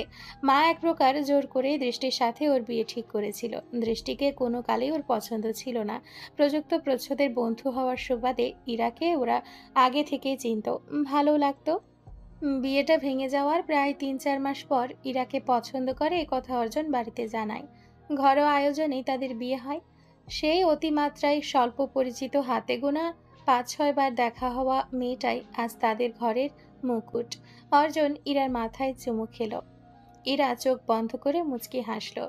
এই যুগে এসে ওর মতো ধৈর্যশীল, নম্র, ভদ্র, বাধ্য মেয়ে পাওয়া ভাগ্যের ব্যাপার। অর্জন নিশ্চয়ই জীবনে কোনো মারাত্মক ভালো কাজ করেছে, যার বিনিময়ে এমন চমৎকার একজন জীবনসঙ্গিনী আল্লাহ তাকে উপহার দিয়েছেন। হক মঞ্জিলের রান্নাঘরে তখন বাড়ির ৩ বউয়ের কর্তৃত্ব চলছে। হাতে হাতে আমোদে প্রমোদে কাজ এগোচ্ছে। নীরার এত পরিবর্তন দেখে দুষ্ট যার পরনায় অবাক হয়েছে তো বটেই, সেই সাথে তাদের মাঝে যে এক অদৃশ্য তর্কাতর্কি যুদ্ধ চলত তাও প্রকৃতির কৌশলে থেমে গেছে। নীরা আজকাল আকাশ, সাজিদ এবং এই গোটা সংসারটাকে চোখে হারায়। রাতারাতি মানুষটার এত পরিবর্তন কম বেশি সবারই চোখে লেগেছে। দুষ্টু তেলে পেঁয়াজ ছেড়ে নীরার উদ্দেশ্যে বলে উঠল, আমি ছোটবেলায় কি বলতাম জানো? আমি একজন ভালো মেয়ে হতে চাই, ভালো স্ত্রী হতে চাই, ভালো মা হতে চাই, ভালো বৌমা হতে চাই, ভালো স্টুডেন্ট হতে চাই, ভালো বন্ধু হতে চাই, সব ভালো হতে চাই। নীরা মনোযোগ দিয়ে শুনল। বুক চিরে তাদের বড় একটা নিঃশ্বাস বেরিয়ে এলো। তবে মুখে কিছু বলল না তখনও। আফসোস, আজ পর্যন্ত কোনোটাই হয়ে উঠতে পারলাম না। এত বাজে একটা মানুষ আমি। দুষ্টু কাতরতায় জর্জরিত হয়ে উঠল। ইরা একটা উঁচু মোড়ার উপর বসলো। অনেকক্ষণ বাদে বলল, থেকে জানা, আমাদের কি তোর পছন্দ নয়? দুষ্টু মিষ্টি করে হাসল। রান্নায় মনোযোগ দিয়ে বলে উঠল, তোমার দেবরটাকে পছন্দ নয় গো। নীরা অভিযোগ করে বলল, কত সুন্দর দেবর আমার, এই রাজ্যে খুঁজলে অমন আর একটাও পাবে? রাজকপাল তোমার। দুষ্টু অমায়িক হাসল, উত্তর দিল না। আজ শুক্রবার, ছুটির দিন বিধায় প্রযুক্ত নীর এবং টিয়াকে আসতে বলা হলো। ওরা এলো বিকেল করে। সবাই বসে গল্প করছিল। হক মঞ্জিলের ড্রয়িং রুম তখন এক একজনের কলধ্বনিতে উচ্ছ্বাসিত। আকাশ খুব করে কাজ ছিল বলে ওকে নিয়ে নীরা উপরে গিয়েছে। ইরাও সবার সাথে গল্পে মশগুল। বাধ্য হয়ে ভাগ্যের নির্মম পরিহাসে সেই দুষ্টুকেই আবার নীরের সামনে হাজির হতে হলো। নাস্তা টেবিলে রেখে যেই দৌড়ে চলে যাবে অমনি খুব সন্তর্পণে প্রচ্ছদ ওর হাতটা চেপে ধরে ওর পাশে বসার জন্য ইশারা করলো। দুষ্টু চোখ ছোট ছোট করে তাকায়। প্রচ্ছদ ঈষৎ হাসে, তবুও হাত ছাড়ে না। বাধ্য হয়ে দুষ্টু ওর পাশে বসলো, একদম গা ঘেঁষে। নীর তখন বেশ উৎফুল্ল। এই কয়দিনে টিয়ার কর্মকাণ্ড সবার মাঝে ব্যাখ্যায় রত সে। সকলে হেসেই খুন। এদিকে টিয়ার হাসি পাচ্ছে না সামনে বসা প্রযুক্তকে দেখে। তবুও তার উন্নতি হয়েছে। নিজেকে ধাতস্থ করে স্বাভাবিক হওয়ার চেষ্টা করছে সে। দুষ্টু সব শুনল। বাড়ির বড়রা একে একে নিজেদের ঘরে চলে গেল। নীরা আকাশকে নিয়ে আবার নিচে নামলো, সাজিদের পাশে বসলো। প্রচ্ছদ দুষ্টুর দিকে 1 কাপ চা এগিয়ে দিল। দুষ্টু চোখ মুখ খিচে নিচের স্বরে বলে উঠল, আমি চা খাই না, আপনি জানেন না? প্রচ্ছদ চায়ের কাপে চুমুক দিয়ে পুনরায় বাড়িয়ে দিল দুষ্টুর দিকে। ঈষৎ সুর করে গলা নিচু স্তরে নামিয়ে ওর কানে কানে গাইল। আমি দিয়েছি চুমুকটাতে, এবার যদি প্রেম ফিরে আসে। দুষ্টু চোখ পাকিয়ে তাকায়। প্রচ্ছদ ঠোঁট প্রসারিত করে হাসে। ওদের সবকিছুই নীর দেখছিল। কিছু দেখার ইচ্ছে ছিল না, তবুও বেহায়া চোখ দুটো সেদিকেই ভিড়ছিল। কেন এমন হয়? অন্তঃকরণে যে ঝড় বয়। ড্রয়িং রুমের সাথে লাগোয়া বিশাল থাই গ্লাসের বাইরের সাদা আকাশের দিকে চোখ ফেলল সে। কেমন বিমূঢ় কাতর চিৎকারে ভেতরটা চাপা মনস্তাপে ফিসফিস করে বলে উঠল, ও কেন আমার হলো না? টিয়ার সাথে নীরের সম্পর্কে যে খুব বেশি উন্নতি ঘটেনি তা খুব সন্তর্পণে লক্ষ্য করেছে দুষ্ট। তবে খুব শীঘ্রই যে এই সম্পর্কের শ্রীবৃদ্ধি ঘটবে তার অভিপ্রেত দেখতে পাচ্ছে। টিয়ার প্রতি নীর যথেচ্ছাচারী, যত্নশীল। তাদের মধ্যে এই এত বন্ধুত্বপূর্ণ সদ্ভাব, পরস্পরের প্রতি অদম্যশীলতা দেখে দুষ্টুর কি কোথাও এক ফোঁটা চমকালো? তার বুকের কোনো অংশে 1 ইঞ্চিও কি পুড়ল? যেমনটা রাত দিন পুড়ে প্রচ্ছদের আর নীরের? উত্তরটা না বোধ হয়। প্রকৃতপক্ষে অন্তরে দহন ঘটানোর জন্য যে পারস্পরিক ব্যবস্থা থাকার প্রয়োজন, দুষ্ট চারিপাশে সেই পরিবেশটুকু নেই। সারাক্ষণ প্রচ্ছদ আঠার মতো তার সাথে লিপ্টে থাকছে, প্রয়োজন ছাড়া আর 1 সেকেন্ডের জন্য বাইরে থাকছে না। দুষ্টুর অত সব ভাবার ফুরসত কোথায়? অবশ্য সে ওসব ভাবতেও চায় না। অধিকত্ব তার অষ্টপ্রহরের অধিকাংশ সময় কাটছে প্রচ্ছদকে অনুধাবন করতে করতে। এসব ভাবতে ভাবতেই দুষ্টু হিজাব বাঁধছিল। প্রচ্ছদের মুখটাতে বরাবরের মতন তমিশ্র ঘন মেঘ জমেছে। আজ তারা কোর্টে যাবে। প্রেগনেন্সির রিপোর্ট সহ আনুষঙ্গিক কিছু কাগজ দেওয়ার জন্যই মূলত যাবে। দুষ্টু রেডি হয়ে নিচে নেমে এলো। কাল রাতে নীর টিয়া এ বাড়িতেই থেকে গেছে। নিচে নামতেই নীরের চোখে চোখ পড়ল। নীরের শরীর বেয়ে একটা দুটো শীতল স্রোতের ধারা নেমে গেল। দুষ্টু আলগোছে চোখ সরিয়ে নেয়। ড্রয়িং রুমে এসে দাঁড়াতেই অতর্কিতে নীর দুষ্টুর উদ্দেশ্যে বলল, আরেকবার ভেবে দেখো। দুষ্টু আচম্বিতে চাইল। কি আশ্চর্য, সবারই এক কথা, আরেকবার ভেবে দেখো। আরেকবার কি ভেবে দেখবে সে? এটা তো আজ নতুন চর্চার বিষয় নয়। বিয়ের শুরু থেকে এটা বলে কয়ে চলে আসছে। এই শেষ মুহূর্তে এসে সবাই এমন ভান করছে কেন? আমার জন্য নিজের জীবনটা নষ্ট করো না। দুষ্টু ভ্রু টান টান করে তাকালো। সরি। পরক্ষণে আবার শুধালো, তোমার জন্য মানে? তোমার কি মনে হয় তোমার কাছে ফিরবো বলে আমি ডিভোর্স দিচ্ছি, নাকি তোমাকে এখনো ভালোবাসি? নীর এক অনিমেষে চেয়ে বলল, কোনোটাই না।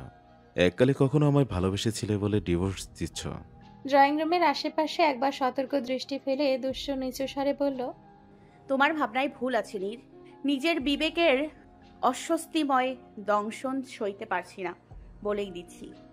নীর বড় করে শ্বাস ফেলে নিজেকে প্রশমিত করল। করুণ চোখে চেয়ে বলল, দেখো, আমি না পারি কিন্তু মুভ অন করার চেষ্টা করছি, শুধুমাত্র তোমার কথায়। তুমি প্লিজ এসব বাদ দাও। আমার ভাইটা কেন কষ্ট পাবে? কেন শুধু শুধু ডিভোর্স দেবে? একটু চেষ্টা। নীরের মুখের কথা কেড়ে নিয়ে দুষ্ট চাপা স্বরে বলল, তোমার জন্য তোমাকে আর কখনো দেখতে চাই না বলেই চলে যেতে চাইছি। আমার অস্বস্তি হয় তোমায় দেখলে, দম বন্ধ হয়ে আসে। তুমি কেন এ বাড়িতে আছো? কেন আমার চোখের সামনে ঘুরঘুর করো? তোমাকে আমার সহ্য হয় না। দুষ্টু থামে। নীর চেয়ে আছে দুষ্টুর বলার অপেক্ষায়। আর বাকি রইল আমার কথায় মুভ অন করার চেষ্টা করছো। ভ্রান্ত ধারণা পুষে নিজেকে সান্ত্বনা দিও না। Get a life. টিয়ার মোহে জড়িয়ে পড়ছো তুমি। ওই যে বলে না, out of sight out of mind. আমিও চাই তুমি তোমার সম্বিত ফিরে পাও। You know I am a cool minded strong women. I want stop for any of you. You guys are just bullshit. দুষ্টু চলে গেল হন হন করে পায়ের শব্দ তুলে। পেছনে ফেলে গেল নির্বৃত্ত অসহায় এক যুবককে। সাথে তাকে দিয়ে গেল এক তুষার স্তূপ নিদারুণ নিগ্রহতা। প্রচ্ছদ ক্ষিপ্র কর্মা হাতে গাড়ি চালাচ্ছিল। তাকে দেখে না বোঝা যাচ্ছে ব্যথিত, না বোঝা যাচ্ছে সে রুষ্ট। বাইরে থেকে অনুদ্ধত অটল সে। শুধু তার গুরু গম্ভীর ভারিক্কিটাই উপলব্ধি করা যাচ্ছে। দুষ্টুর ভালো লাগলো না প্রচ্ছদের অমন মুখভার। সে এতক্ষণে নিস্তব্ধতা ভাঙল কেমন অপ্রতুল ক্ষীণস্বরে। জানেন, প্রচ্ছদ কোনো উত্তর করল না, কিন্তু পরক্ষণেই তার বুকে তুফান তুলে দৈবাত্য এই পাষাণ রহস্য রমণী বলে উঠল, প্রাক্তনকে ভালোবাসার মাঝে অস্বস্তি আর বর্তমানকে ভালোবাসার মাঝে গোপন প্রশান্তি। প্রচ্ছদ সজোরে ব্রেক কষল। অনেকক্ষণ বোবা অবাক চোখে চেয়ে রইল। তারপর কি জানি কি হলো, গাড়ি স্টার্ট করতে করতে প্রচ্ছদের ঠোঁটের কোণায় যেন সাতরঙা হাসির ঝলকানি খেলে গেল। সেদিকে তাকিয়ে দুষ্টু ব্যথাতুর নয়নে বলল, আমার জীবনে প্রশান্তিটুকু এলো না, শুধু অস্বস্তির পেয়ে যাচ্ছি। তাতে প্রচ্ছদের হাসির চমকটা এক বিন্দু পরিমাণ কমল না, তাল মিলিয়ে বেড়ে চলল। মনের গোপনেরও গোপন সিন্দুক থেকে কে যেন জনসম্মুখে দুষ্টুর গালে তপ্ত এক চুমু বসিয়ে চিৎকার করে বলে উঠতে চাইল, পেয়ে যেতে কতক্ষণ, 1 সেকেন্ডের খেলা সব। কিন্তু মুখে বলল, শুধু অস্বস্তিটুকুকে আর ভালোবাসবেন না। বাসবো না? না। ঠিক আছে, আমি বাসি না। কোর্ট থেকে বেরিয়েও প্রচ্ছদ হাসি খুশি। এদিকে দুষ্টু প্রতিক্রিয়াহীন। গাড়ির কাছটায় এসে প্রচ্ছদকে অমন মুচকি মুচকি হাসতে দেখে দুষ্টু ভ্রু নাচিয়ে জিজ্ঞেস করলো, ব্যাপার কি? কোনো ব্যাপার নেই, সব খতম।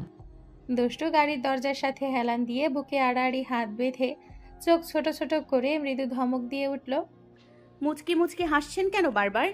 প্রচ্ছদ চোখ পাকিয়ে তাকায়। তাকে ধমক দেওয়া হচ্ছে? তোমার মুখ দিয়ে হেসেছি নাকি?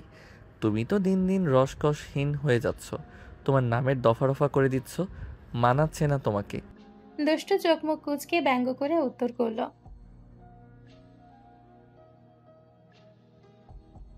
প্রচ্ছদ ঠোঁট কামড়ে দুষ্টুর উপর ঝুঁকে এলো। দুষ্টু গাড়ির সাথে লেপ্টে আশেপাশে চোখ বুলিয়ে ইতস্তত স্বরে বলল, কি করছেন? এটা পাবলিক প্লেস, দ্রুত সরে দাঁড়ান। প্রচ্ছদ ফিসফিস করে বলে, তোমার কি মনে হচ্ছে আমি কি করতে পারি? দুষ্টু তুতলিয়ে ওঠে। জিহ্বার গোড়ায় শব্দগুলো আটকে আটকে এলো। কি করবেন? সরে দাঁড়ান, ভালো হচ্ছে না কিন্তু। এটাকে হ্যারাস করা বলে। শেষের দিকে যেন দুষ্টু কেঁদেই দিবে। প্রচ্ছদ ঠোঁট বাঁকিয়ে সুন্দর করে হাসলো। দুষ্টুর মুখের ওপর ফু দিয়ে ওর চোখের পাতা বন্ধ করে আরেকটু ঝুঁকে বলে উঠল, তুমি কি জানো শেষ মুহূর্তে এসে তোমার এই বিচ্ছিরি ডিভোর্স দেওয়াটা হয়ে উঠবে না? দিতেই পারবে না তুমি। দুষ্টু চমকে প্রচ্ছদের দিকে তাকালো। শির দ্বারা বেয়ে হিম শীতল প্রভঞ্জন বয়ে গেল। বিদ্যুৎ পৃষ্ঠের ন্যায় ঝাপসা চোখ দুটো আটকে গেল প্রচ্ছদের অমন সুন্দর হাসিখানার দিকে। বক্ষস্থল তার কেঁপে উঠল। হঠাৎই যেন প্রচ্ছদকে চিনে উঠতে পারল না চিত্ত। কে এই অতি সুন্দর মানব, যে কথার মারপ্যাচে আজকাল দুষ্টুকে হারিয়ে নিজে জিতে নিচ্ছে সব, লুফে নিতে চাইছে দুষ্টু নামক অবাধ্য দুহিতাকে? কে এই মনোহর মনুষ্যছা? নাকি কোনো রাজাচ্ছা, রাজপুত্র বুঝি? এক নিবিষ্টতার হিয়ার ভেতর প্রচ্ছদের ওই সুন্দর মুখখানা গেথে কে যেন সুনিপুণ কণ্ঠে সহসা বলে উঠল প্রবল সম্বোধনে এক নিঃশ্বাসে, মনুষ্য ছায়া নয়, রাজার ছা নয়, ভিনদেশি নয়, সে ছিল যে এক দুষ্টু বউয়ের মিষ্টি প্রচ্ছদওয়ালা, ডুগডুগি নাম দিয়েছিল, যা রাগী টোকাইওয়ালা। তারপর কেটে গেল 15 দিন। এই 15 দিন অনেক কিছু বদলালো। দুষ্টুদের আলাদা হওয়া দিন ঘনিয়ে এলো। এই তো আর মাত্র 13-14 দিন। তারপর আর চাইলেও কখনো এই মানুষটার সাথে এক হওয়া যাবে না, এক খাটে শোয়া যাবে না। প্রচ্ছদ দুষ্টুকে জ্বালাবে না, নানান ইঙ্গিতে নিজের ভালোবাসা ব্যক্ত করতে পারবে না। দুষ্টুকে ওর বিবেক নামক সাপটা আর পীড়া দিবে না। নতুন ভোরে নতুন আলোয় সব নিত্য নতুনভাবে শুরু হবে। শ্রেয়সী প্রযুক্ত একে অপরের প্রাণভোমরা হয়ে রবে। নির্টিয়াও হয়তো হাতে হাত রেখে জীবনের বাকি 7টা বছর পার করে একসাথে বুড়ো হবে। প্রচ্ছদ হয়তো আবার বিয়ে করবে, তারও বাচ্চা হবে, সংসার হবে। হবে না কিছু, শুধু দুষ্টুর শ্বাস প্রশ্বাস ফুসফুসের মাঝেই আটকে গেল। চোখ ধাঁধিয়ে কান্না পাচ্ছে তার। এরই মাঝে শুনল শিরিন হক তাকে ডেকেছেন। দুষ্টু চমকালো না, থমকালো না, শুধু নীরব অশ্রুজল চোখে কল্পনা করে গেল নিজের নিঃসঙ্গ ভবিষ্যৎ। কানে একাকী বাজলো প্রচ্ছদের বলা কথাটা, তুমি আমাকে ছাড়া থাকবে কিভাবে? আবার চোখ ছাপিয়ে মোটা জলের ধারা গাল বেয়ে পড়ে বুকের সাথে মিশে গেল। সে নিজেকে বাইরে থেকে যতটা স্ট্রং দেখাচ্ছে ততটা থাকতে পারছে না। সে দুহাত দিয়ে চোখ মুখ চেপে আত্মচিৎকার করে উঠল। বিয়ের শুরুর দিকে প্রেমিকের জন্য দুষ্ট যার পরনায় কান্নাকাটি দেখে প্রচ্ছদ একদিন তার নিজস্ব রাশভারী স্বরে বলেছিল, যে জিনিসটা তুমি তীব্রভাবে চাইবে তা তুমি কখনো পাবে না। এটাই প্রকৃতির অঘোষিত নিয়ম, তাকে মেনে নিতে শিখো। মিনিট 10 পেরিয়েছে। শিরিন হক দুষ্টুর দিকে তীক্ষ্ণ চোখে তাকিয়ে আছেন। দুষ্টুর স্থবির ফ্লোরের দিকে চেয়ে আনমনে বিছানায় আঁকিবুকি করছে। শিরিন হক উঠে দরজা বন্ধ করে দিয়ে এসে আবার বিছানায় বসলেন। তাতে দুষ্টুর মাঝে কোনো হেলদোল দেখা গেল না। কেঁদেছো তুমি? দুষ্টু একবার নিষ্প্রাণ চোখ দুটো মেলে তাকায়, তারপর ধীরে ধীরে মাথা নাড়িয়ে না করে। শিরিন হক সূক্ষ্ম দৃষ্টিতে কিছুক্ষণ চেয়ে থেকে দীর্ঘশ্বাস ফেললেন। যে কোনো কিছু এক নিমিষে চট করে বুঝে ফেলায় ভীষণ পারদর্শী তিনি। এই যেমন টিয়া যে প্রযুক্তর প্রেমে পা পিছলে পড়েছে তা তিনি টের পেয়েছিলেন আরো বহু আগে। ইচ্ছে করলে টিয়ার সাথে প্রযুক্তর বিয়েটা দিতে পারতেন, কিন্তু তিনি মনে করেন তার সেই অধিকার নেই। যদ্যপি যাদের মেয়ে তারা নিজেরাই নীরকে পছন্দ করেছে, তদুপরন্ত টিয়াও নাকচ করেনি। প্রযুক্তর প্রতি নিজের অনুভূতি সবার সামনে ব্যক্ত করেনি। প্রকাশ করলে তিনি একবার যেচে ভেবে দেখতেন। আমার কাছে এসো। দুষ্টু শিরিন হকের পায়ের কাছটায় বসেছিল। কোনো বাক্য ব্যয় না করে বাধ্য মেয়ের মতো সে শিরিন হকের মাথার পাশে বসল। শিরিন হক আতশোয়া হয়ে রয়েছেন। সে অবস্থায় তিনি দুষ্টুর মাথা বুকে জড়িয়ে নিলেন। দুষ্টু যেন জানত, যেন বহুবার শিরিন হককে জড়িয়ে ধরা হয়েছে, এমনভাবে আঁকড়ে ধরে আদরে বিড়ালছানার ন্যায় পড়ে রইল। আমার ছেলেটা আমার থেকে তোমাকে চেয়ে নিয়েছিল দুষ্টু, আমার পায়ে পর্যন্ত ধরেছিল জানো। দুষ্টুর পলক দুটো নীরব অভিগ্রস্তে টইটুম্বুর হলো। শিরিন হক আবার বললেন, থেকে যাও সোনা, আমার ছেলেটা মরে যাবে তোমাকে ছাড়া। দুষ্টু অম্বুর নেত্রে ফ্যাল ফ্যাল করে চেয়ে রইল। এই কথাগুলো তাকে আগে কেউ কখনো এভাবে বলেনি। ডিভোর্সের কথা সেই শুরু থেকে সবাই জানছে, কেউ একটা একটু শব্দ পর্যন্ত করেনি, অথচ শেষ মুহূর্তে এসে সবাই ওকে জনে জনে বেঁধে রাখতে চাইছে। এমনকি তার সামনে বসে থাকা সবার ভাষ্যমতে কঠিন, অনড়, বুক ফাটলেও মুখ না ফোটা এই মহিলাটিও। চারিদিকে শুনশান নিরবিচ্ছিন্ন নীরবতা, কুয়াশার ঘন শ্বেতজাল। টিয়ার সাথে নীরের সম্পর্কের উন্নতি ঘটেছে বই অবনতি ঘটেনি। এই হাড়কাঁপানো শীতের মাঝে তাকে ঠিক ঠিক রোজ সকাল 7টায় ঘুম থেকে উঠতে হয়, পড়তে হয়। সে বেশ কিছু রান্নাও করতে শিখে গেছে। রান্না খারাপ হলেও বিনা অভিযোগে টিয়াকে অ্যাপ্রিসিয়েট করে খেয়ে নেয় নীর। তাদের সকাল আর রাতে খাবার বানানোর রুটিন আলাদা। সপ্তাহে 4 দিন নীর ব্রেকফাস্ট এবং ডিনার রেডি করে। আজ নীরের ডেট। ঘড়ির কাঁটা 9:30টার ঘরে গিয়ে ঠেকেছে। টিয়া হা করে মুখে ধোঁয়া ছাড়ল বাইরে। এরপর রুমে গিয়ে আয়নার সামনে দাঁড়িয়ে মুখ থেকে ধোঁয়া ছেড়ে ঝাপসা করলো আয়না। জলীয় বাষ্পে আঙ্গুল দিয়ে আঁকিবুকি করে লিখল, বাজে নীর, মাসুম টিয়া। নীর ঘরের দরজায় দাঁড়িয়ে বুকে হাত ভাঁজ করে সব দেখল। বলল, এটা হবে পাজি এবং অবাধ্য টিয়া। টিয়া চোখ ছোট ছোট করে তাকিয়ে আবার বারান্দায় গিয়ে দাঁড়ায়। বারান্দার পাশ ঘেঁষে উড়ে গেল একটা ছোট্ট টিয়া পাখি। টিয়ার গায়ের ওপর শাল জড়িয়ে দিয়ে পেছন থেকে নীর মোহিত কণ্ঠে শুধালো, কার টিয়া বেশি সুন্দর? টিয়া ঠোঁট ফাঁক করে হাসল। মুখ থেকে আবার ধোঁয়া ছেড়ে বলল, অবশ্যই তোমার। নীর ভ্রুকুচকে তাকায়।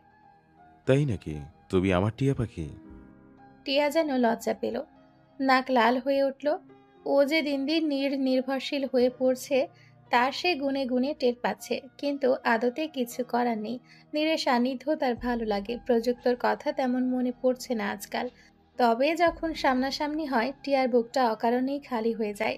হাঁসফাঁস লাগে, অস্বস্তি হয়, নিজেকে কেমন যেন অসুচি বলে বোধ হয়। টিয়া না বুঝলেও বাকি সবাই বুঝবে। সবার মতো ওর ভালোবাসাটা অত গভীর ছিল না। তার মনে এমন ভালোবাসা জন্মেছিল যা মিলিয়ে যেতে সময় নেয় না। চোখের আড়াল হলেই মনের আড়াল হয়ে যায়। একতরফা ভালোবাসা বলেই কিনা কে জানে, আবার হয়তো বয়সের তুলনায় ইম্যাচিওরের ফল। টিয়া নীরের সাথে হেলে দাঁড়ালো। নীরের বুকের সাথে তার মাথা ঠেকল। এটা এমন কোনো বিষয় নয়। বিয়ের আগেও তাদের মধ্যে অনেক ভাব ছিল। অদ্যাবধি ভাবটা আরো গাঢ় হচ্ছে। আগে মনের ভাব ছিল, এখন ধীরে ধীরে স্পর্শের ভাব হচ্ছে। ভালোবাসা কি খুব ক্ষণস্থায়ী নির্ভয়া? টিয়া চুল ঠিক করে দিতে দিতে নীর উত্তর দিল, ভালোবাসা কখনো ক্ষণস্থায়ী হয় না। ভালোবাসা এমন শব্দ যার অর্থ প্রকাণ্ডতা। তবে আমরা কেন ভালোবাসা ভুলে যাই? ভুলে যাই না তো, তবে নিজের ইচ্ছাই ভুলে থাকতে চাই। কিন্তু আমাদের মনের কোনো এক কোণায় সারা জীবন ভালোবাসার পিরাজ ফুলের আসামির ন্যায় জড়সড় হয়ে ঠিক পড়ে থাকে। কোনো একদিন এই ভুলে থাকতে চাওয়ার খেলায় বিরতি দিতে চাইলে আমরা তা বের করে দেখি। বিরতি শেষ হলে বুক পকেটে আবার যত্ন করে রেখে দেই। টিয়া মাথা উপর করে বাচ্চামো অবুঝ চোখে চাইল। নীরের ইচ্ছে করলো ওর নাকের ডগায় একটা চুমু দিতে। ভ্রু উঁচিয়ে ঠাট্টা সুরে বলল, কিন্তু মেয়েদের ক্ষেত্রে কি হয় জানি না, প্রবাবলি তারা কখনো জীবন দিয়ে কাউকে ভালোবাসে না। টিয়া ভ্রু কুচকাল। Very lame. নীর হাসে। অতঃপর কয়েক মিনিট সেভাবেই দাঁড়িয়ে থাকে দুজন। এরপর টিয়া হঠাৎ করে বলে ওঠে, আচ্ছা, আমি কি দেখতে সুন্দর না?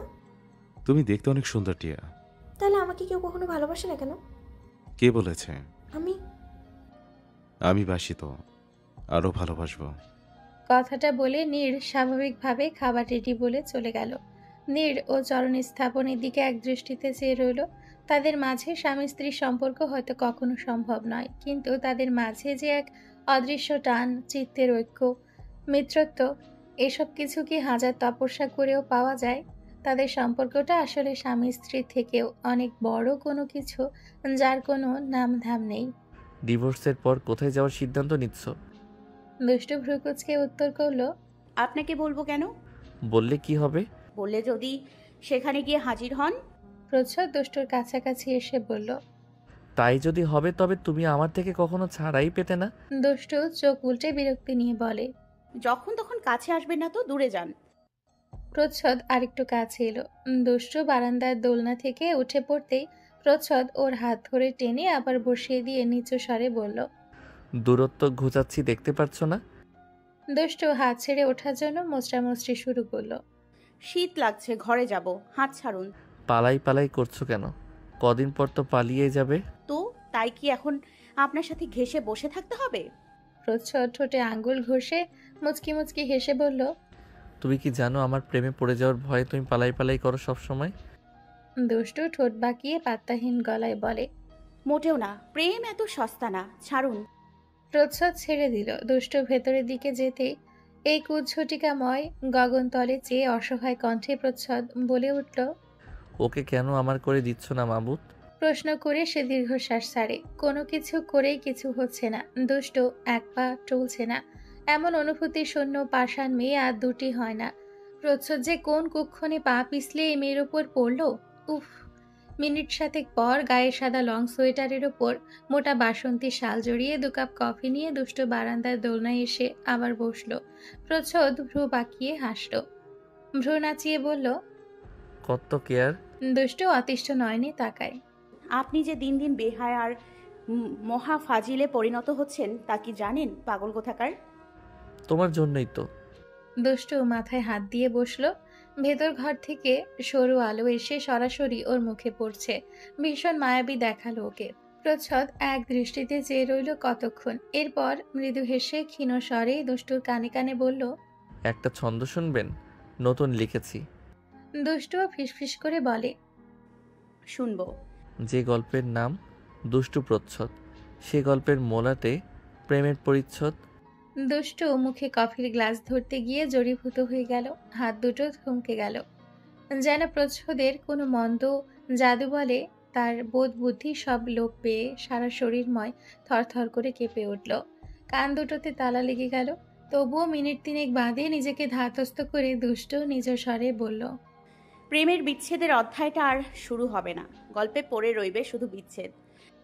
প্রচ্ছদের হৃৎপিণ্ড যেন কোনো এক রাক্ষসী কামড়ে ধরল।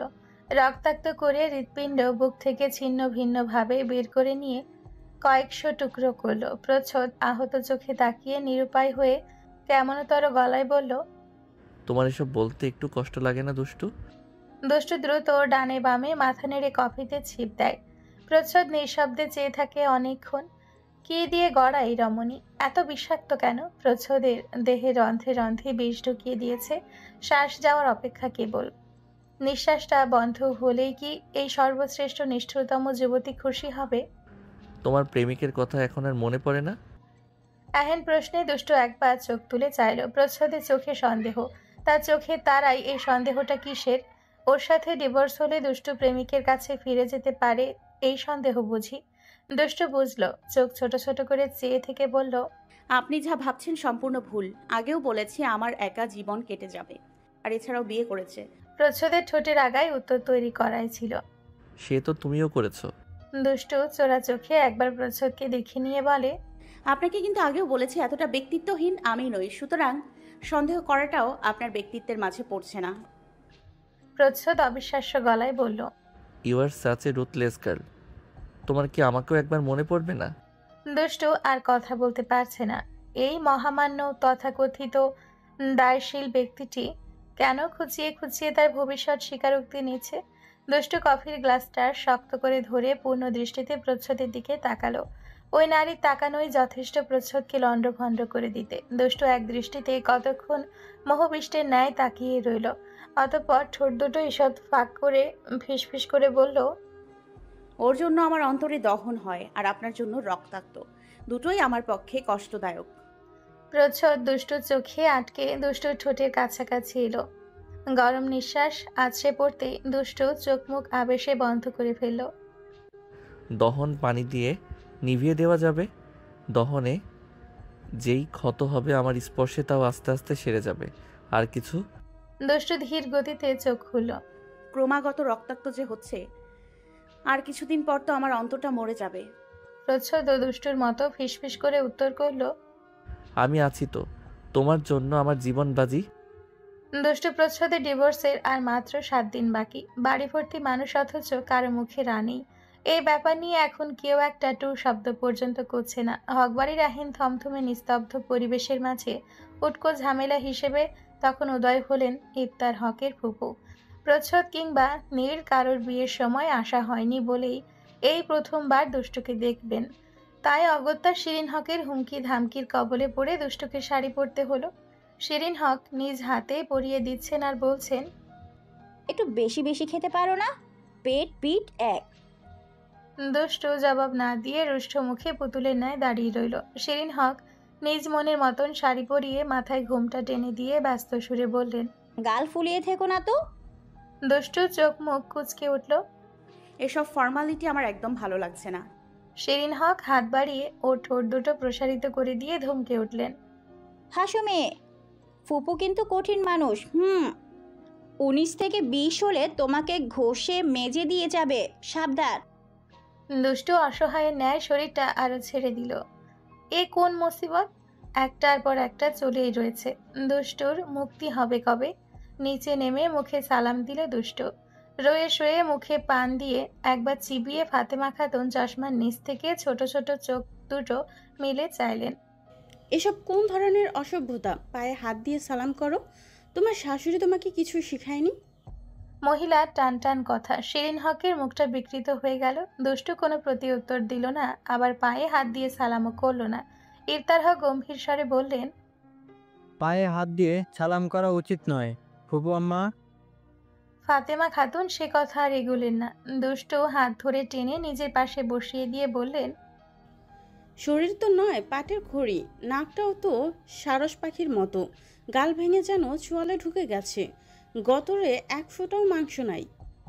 এরপর শিরিন হকের দিকে আঙ্গুল তুললেন, এই চোখ তোমার? আমার দাদু ভাইয়ের জন্য একটা কঙ্কাল এনেছো তুমি, বড়টার জন্য একটা এনেছো, এক অপয়া বন্ধা যিনি এতদিনেও একটা বাচ্চার মুখ দেখাতে পারলো না। এবার আল্লাহ মেহেরবানি করলে হয়। রাগে শরীর পুড়ে যাচ্ছে। ভাগ্যে সেখানে ইরা অর্জনকে উপস্থিত নেই, ডাক্তারের কাছে গেছে। ইরা শুনলে কতটুকু কষ্ট পেত। দুষ্টু চোখ জ্বলে উঠল। এই সময় প্রচ্ছদটাও বাড়ি নেই। ওর সামনে থাকলে দুষ্টু এই মুহূর্তে কোনো ব্যক্তিকে তোয়াক্কা করত না, কোনো প্রেসিডেন্ট হলেও না। সমস্ত নস্তিবাচক পরিস্থিতিকে ও বুড়ো আঙ্গুল দেখাতে পারত। সামনে বসাই বিরক্তিময় বুড়িকেও থোড়াই পরোয়া করত তখন। প্রচ্ছদ নেই বলেই তো এই মুহূর্তে নিজেকে ভীষণ কমজোর বলে বোধ হচ্ছে। কোন দিকে কি বলে ফেলবে, পরে তাকে সবার কটু কথা শুনতে হবে। কটুবাক্য থেকে তখন তাকে প্রচ্ছদ ছাড়া আর কে বাঁচাবে? এই শেষ বিদায় বেলায় কারোর কটু কথা হজম করতে একদম রাজি নয় সে। ফাতেমা খাতুন স্বর্ণের একটা মোটা বালা বের করলেন, যেটা দুষ্টুর এক হাতে পরিয়ে দিলেন। দুষ্টুর ফর্সা হাতে তার চমৎকার দেখালো। শিরিন হক একবার তাকালেন। মেয়েটা কখনো কোনো গয়নাগাটি পরে না, পরলে সুন্দর মানায়। ফাতেমা বেগম তার কুচকানো মুখটা আরো খানিকটা কুচকে বললেন, বেলার ভার সইতে পারবে তো? যে শরীর! বৃদ্ধা মহিলা আরো নানান খুঁত ধরলেন দুষ্টুর, সাথে শিরিন হককে অযথা বারবার দোষারোপ করে গেলেন। আকস্মিক দুষ্টু ক্রুদ্ধ হয়ে উঠে দাঁড়ালো। উপস্থিত সবাই একটু চমকে উঠলেন। শিরিন হক দুষ্টুকে চোখের ইশারায় বোঝাচ্ছেন চুপচাপ বসে পড়তে। এই মুহূর্তে প্রচ্ছদের অনুপস্থিতি খুব করে অনুভব করতে পারল দুষ্টু। ও থাকলে হেসে হেসে ঠিক বুড়ির মুখের ওপর গরম গরম উত্তর ঢেলে দিত। ওর বউকে অপমান, এত বড় স্পর্ধা যে করবে, সে সসম্মানে বিনা বাক্যে বাড়ি ফিরে যেতে পারবে, অসম্ভব। দুষ্টু আগুন গোলা চোখ নিয়ে বলল, আন্টি আমার সাথে উপরে চলুন এই মুহূর্তে। ফাতেমা খাতুন থমথমে মুখে কেবলই বলতে ধরলেন, তোমার আদব। তার কথা সম্পূর্ণ করতে না দিয়ে দুষ্টু মিষ্টি করে হেসে বলল, বেয়াদ্দবি মার্জনা করবেন। আমাকে এই মুহূর্তে নিজ ঘরে যেতে হবে এবং এই সুন্দর বালার জন্য অসংখ্য ধন্যবাদ দাদি। কারোর দিকে না তাকিয়ে বেপরোয়ার ন্যায় দুষ্টু শিরিন হকের হাতটা আস্তে করে ধরে ওপরে চলে গেল। নিজ ঘরে এসে হাত থেকে বালা খুলে তেজি স্বরে চেঁচিয়ে বলল, ধরুন আপনাদের বালা। এটা নিয়ে কি করব আমি? মুখের আদর মূল বিষয়। আপনার শাশুড়ির কথা যেন বন্দুকের গুলি। শিরিন হক চোখ বড় বড় করে দুষ্টুর মুখ চেপে ধরলেন। আস্তে কথা বলো, ফুফু শুনবে তো। দুষ্টু তার হাত সরিয়ে আবারও তার স্বরে বলে উঠল, শুনুক, আপনাকে বড় ভাবিকে এত বাজে বাজে কথা বলে কেন? শুধুমাত্র আপনার ছেলে নেই দেখে কথার উত্তর দিলাম না আমি। শিরিন হক এবার উচ্চ স্বরে ধমকে উঠলেন। দুষ্টু কেঁপে উঠল, মাথা নিচু করে বালাটা বিছানায় ছুঁড়ে ফেলে কেঁদেই দিল। শিরিন হকের খারাপ লাগলো। তিনি দ্রুত দরজা বন্ধ করে এসে তৎক্ষণাৎ ওকে জড়িয়ে ধরলেন। দুষ্টু এতে শব্দ করে কেঁদেই দিল। কাঁদে না মা। হেঁচকি তুলে দুষ্টু বলে, আর কয়দিন পর তো আমি চলে যাব। আপনার ছেলের জন্য সুন্দর বউ নিয়ে আসেন। দুষ্টুর পিঠে হাত বোলাতে বোলাতে শিরিন হক বললেন, ইতিমধ্যে আমার ছেলের জন্য আমি পৃথিবীর সব থেকে সুন্দর বউ নিয়ে এসে পড়েছি। দুষ্টু মাথা ওঠালো, ছলো ছলো চোখে শুধালো, আচ্ছা আন্টি, আমি কি দেখতে এত খারাপ? আপনি তো আমাকে ছোটবেলা থেকে দেখছেন। আমি কি এত শুকনা? আমি দেখতে সুন্দর নই? বলতে বলতে দুষ্টু আবার ঠোঁট ভেঙে কেঁদে দিল। এভাবে আর কেউ কোনোদিন কখনো ওকে বলেনি। দাদি না বললে সে বুঝতেই পারতো না যে সে এতটা অসুন্দর। শিরিন হক দুষ্টু চুল ঠিক করে দিয়ে চোখ মুছে দিলেন, বললেন, তুমি অনেক সুন্দর। ওনারা আগের দিনের মানুষ, এর জন্য এভাবেই বলে। তুমি পারফেক্ট, কেঁদো না। কাঁদলে ভালো দেখায় না তো বাবা। দুষ্টু চোখ মুছল। কিছু সময় ব্যবধানেই তার বিধ্বস্ত অবস্থা। বালাটা শিরিন হকের হাতে দিয়ে দুষ্টু ভাঙা স্বরে বলল, নিয়ে যান প্লিজ। এতে আমার কোনো অধিকার নেই এবং আমার নেয়ার কোনো ইচ্ছেও নেই। প্রকট হাওয়ায় দুষ্ট শাড়ির আঁচল উঠছে, বুক থেকে অনেকখানি নিচে নেমে গেছে। ছাদের এক কোণে হাড় কাঁপানো শীতের শুষ্ক সমীরে গা ভাসিয়ে শুধুমাত্র ওই একটা পাতলা শাড়ি পরে দুষ্ট দাঁড়িয়েছিল। ঠান্ডায় তো জমে যাচ্ছ। অতর্কিতে প্রচ্ছদের গলার আওয়াজ শুনে দুষ্টু এক ফোঁটা চমকালো না, ঘুরে তাকালো না। প্রচ্ছদ ধীর পায়ে এগিয়ে এলো। দুষ্টুর কান ছুঁই ছুঁই ঠোঁট এগিয়ে নিল, কণ্ঠ অতি নিম্ন খাদে নামিয়ে শুধালো, বেশি কষ্ট হচ্ছে? দুষ্টুর হেলদোল দেখা গেল না। প্রচ্ছদের ঠান্ডা ঠোঁট বেখিয়ালে একবার কান ছুঁতেই অঙ্গ প্রত্যঙ্গ তাদের ন্যায় কেঁপে উঠল, সারা দেহে ঝংকার দিয়ে উঠল। প্রচ্ছদের সান্নিধ্য পেতেই চোখ আবার অম্বুর ভিড় জমালো। ছোটবেলা থেকে শুনে এসেছে সে এক দেখায় পছন্দ হওয়ার মতো সুন্দরী, পরিবারের বড় আদরের ছোট মেয়ে। তার মানতে ভীষণ কষ্ট হচ্ছে। ক্রন্দন গলায় ভেঙে ভেঙে সে বলল, আমাকে এভাবে আগে কোনোদিন কেউ বলেনি। আমি এত কুৎসিত। দুষ্টু প্রচ্ছদের দিকে ঘুরে প্রশ্নটা করে। সৃষ্টিকর্তা প্রদত্ত তার ওই সুন্দর চোখ জোড়ায় ল্যাপটানো কাজল, থেকে যাওয়া অল্প লিপস্টিকে শুষ্ক লাল ঠোঁট, কান্নার দরুন তীক্ষ্ণ নাকে চারিপাশে ক্ষীণ লাল আভার কর্তৃত্ব, খোলা এলো চুল, সাথে এলোমেলো তার শাড়ির আঁচল। প্রচ্ছদের শ্বাস বন্ধ হয়ে এলো। শাড়ি পরিহিতা এই আশ্চর্য সুন্দর নারীটির প্রশ্নের কোনো উত্তর খুঁজে পেল না সে।